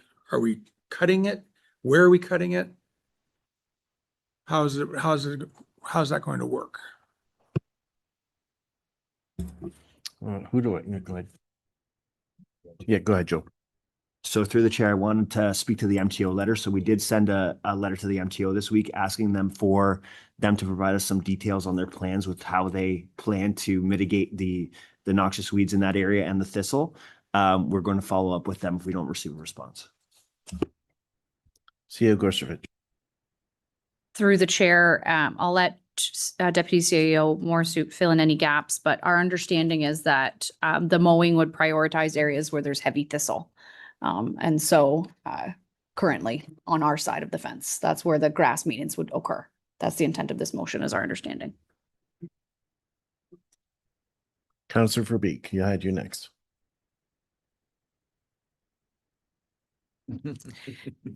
Well, a lot has been answered. I did send some information to administration. We're having some pretty special people in the community that have already been reaching out. They understand we're going to kind of back this up and try to do it against the thistles and in a better manner. And they're volunteering seeds and time and plant plugs. So I guess that's one good thing that's come out of this. And if anyone else wants to get involved and donate or volunteer, don't be shy. Any other comments, Councillor Allard, Councillor Hammond? We'll just, then I'll go back. I'll start back up with you, Councillor Mady, then I'll go to you, Councillor Garen after. Thank you, and through you, Deputy Mayor. One of the points that was made pretty clear was that the areas where there's heavy thistle on the province's side of the fence, if we were to mow that area right now, we would actually be encouraging the spread of that thistle. So I believe the intent was that in the areas where we have the best chance of actually making the naturalization happen was the areas that were going to be mowed, not necessarily the areas that had the heaviest thistle on the MTO side of the fence. That's correct. Through the chair. So we actually won't be mowing on the MTO side at all. We don't have the authority to do that, but I'll pass it to Director Morsuit for what the areas of focus will be on our side. I think it'll be a mix of exactly what you're saying. Through the chair. So yeah, some of the things that we've already done a few weeks ago after our initial meeting with this discussion, we did go out there and spray the thistle that was on our side of the fence. We had planned last Thursday, unfortunately, due to air quality, we weren't able to weed whack those ones that we had sprayed down, but we were able to attack that this morning. So the thistle on our side of the fence may not be 100% taken care of, because sometimes there's little pockets that happen throughout the long length of the trail, but we are doing our best, especially in the heavy areas. We did attack that stuff. So that's something that we are continuing to monitor. We're spraying as necessary. We're getting rid of it after the fact. But like it has been mentioned before, it is very bad on the south side of the fence in the MTO's area, and that was addressed to the province. Councillor Garen. Yep, through you. I'm just concerned that administration's really not going to know what we really want them to do. We're talking about 50%.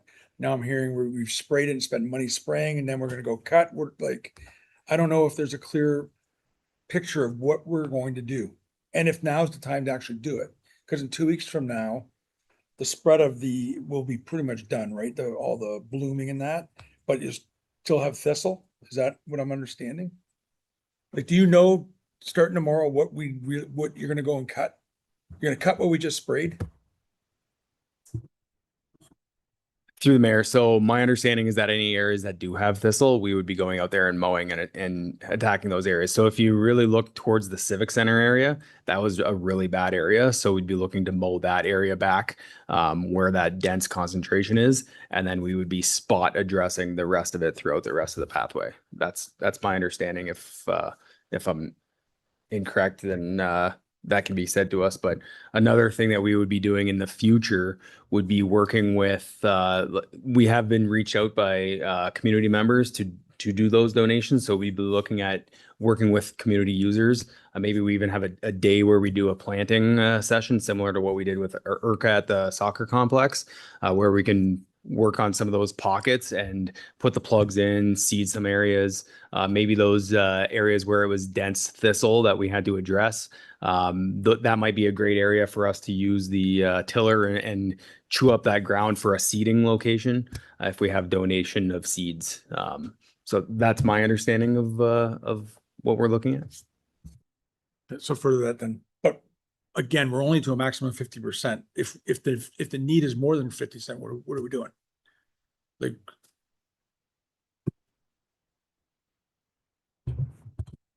through the mayor. So I'm not of the understanding that there's a percentage. I think it's just the areas that have concentration of thistles. Those are the areas that we'd be targeting, but the rest of it would be remaining as naturalized. And then over the course of time, we'd be working to upgrade those areas with more wildflowers, native grasses, adding the plugs to really beef up that area. So there's color and the different aspects of the plants. Thank you, Director Morissette. So I'll just make a couple comments now, and then I'll turn it over to you, Mayor Bondi, since you're the motion maker for the last word. It was nice to get out with residents yesterday, and from what it was originally very upset group of people, because sometimes we do make mistakes, make some decisions that they don't like, and it was nice that we had a chance to have a reconsideration on it. And I think those residents feel heard now, and they'll be part of the solution, and we can move forward. And Mayor Bondi, would you like the last word on this? Thank you. And further, the CAO and I talked today about reaching out to our MPP, Anthony Liardi, and talking to him about this, because on the other side of the hill is our soccer field. And this thistle is going to be spreading to our soccer field on the other side. It really is a big problem. So, yeah, it doesn't say any, I'll read it again, that council direct administration to proceed with the following as a service level for the multi-use trail on South Talbot, continue with naturalization, use urban center revitalization funds in the maximum of 5,000, and pursue enhancement grants, coordinate volunteering of time and donations. So, and then meet with MPP Liardi. We did send the letter to the MTO. And we also on site last night, we encouraged people to write directly to the MTO and MPP Liardi so that more voices could get to them. And then, you know, maybe in the future, if the MTO doesn't get back to us, maybe we can invite them here. So thank you. Thank you, Mayor Brownlee. All those in favor? Opposed? See none, that carries. Back to you, Mayor Bondi. Okay, thank you. Notices of motion will go to Director Malindruklo. Thank you, Mayor Bondi. I did want to point out for council that this notice of motion has changed slightly since its presentment at the July 6th meeting. So the motion is now as follows. So it's moved by Councillor Hammond. Whereas the community of Harrow experiences a diverse mix of local commuter and tourist vehicular traffic traversing through the town center and residential zones daily. Whereas current vehicular volume in the community of Harrow, routing and operational behavior lacks recent data to confirm if existing traffic controls adequately support community safety and optimal transportation patterns. Whereas peak commuting hours in the community of Harrow overlap significantly with the daily active transit periods of local use traveling to and from nearby educational institutions. And whereas ensuring the highest standard of safety for students walking or cycling to and from schools remains a top priority for the Council of the Town of Essex.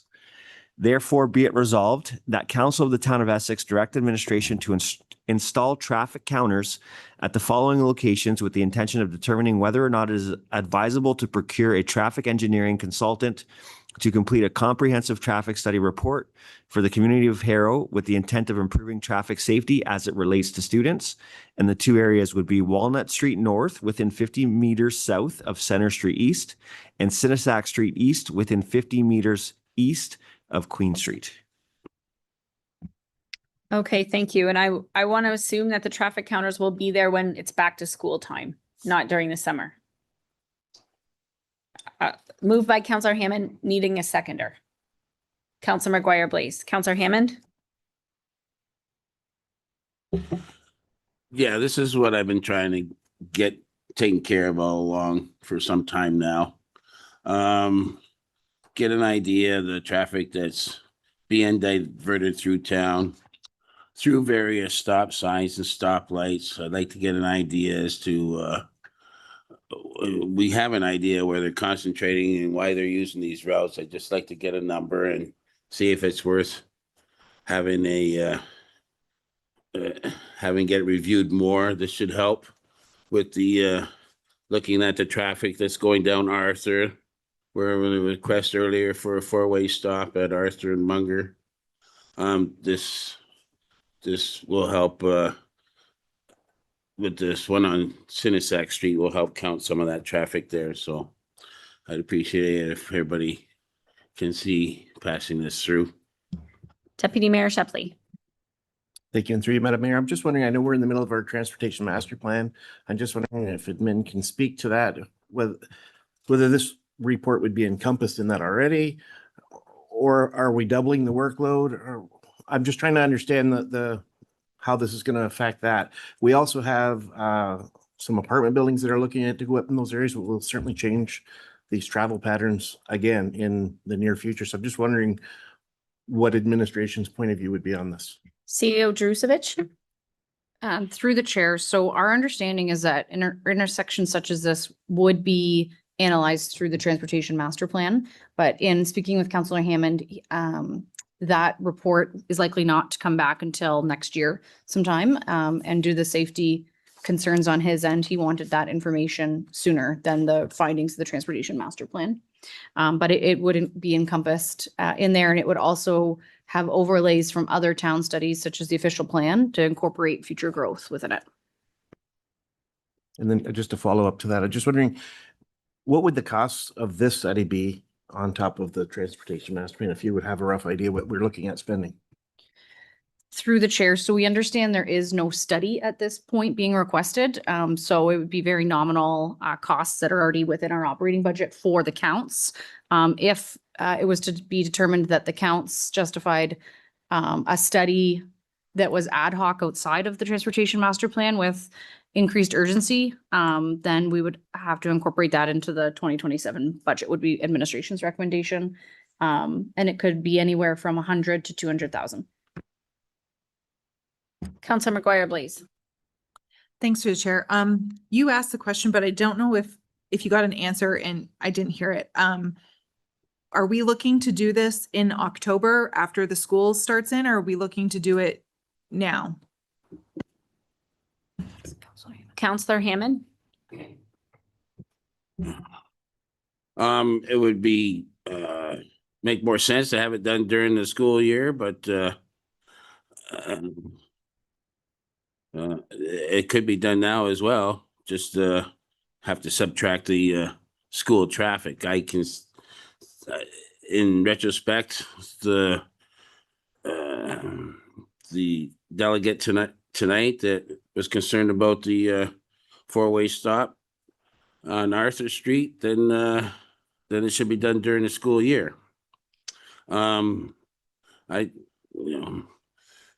Any initial count on these two streets is gonna provide the information, give us further direction. That's my thoughts about the whole thing. Council McGuire, please.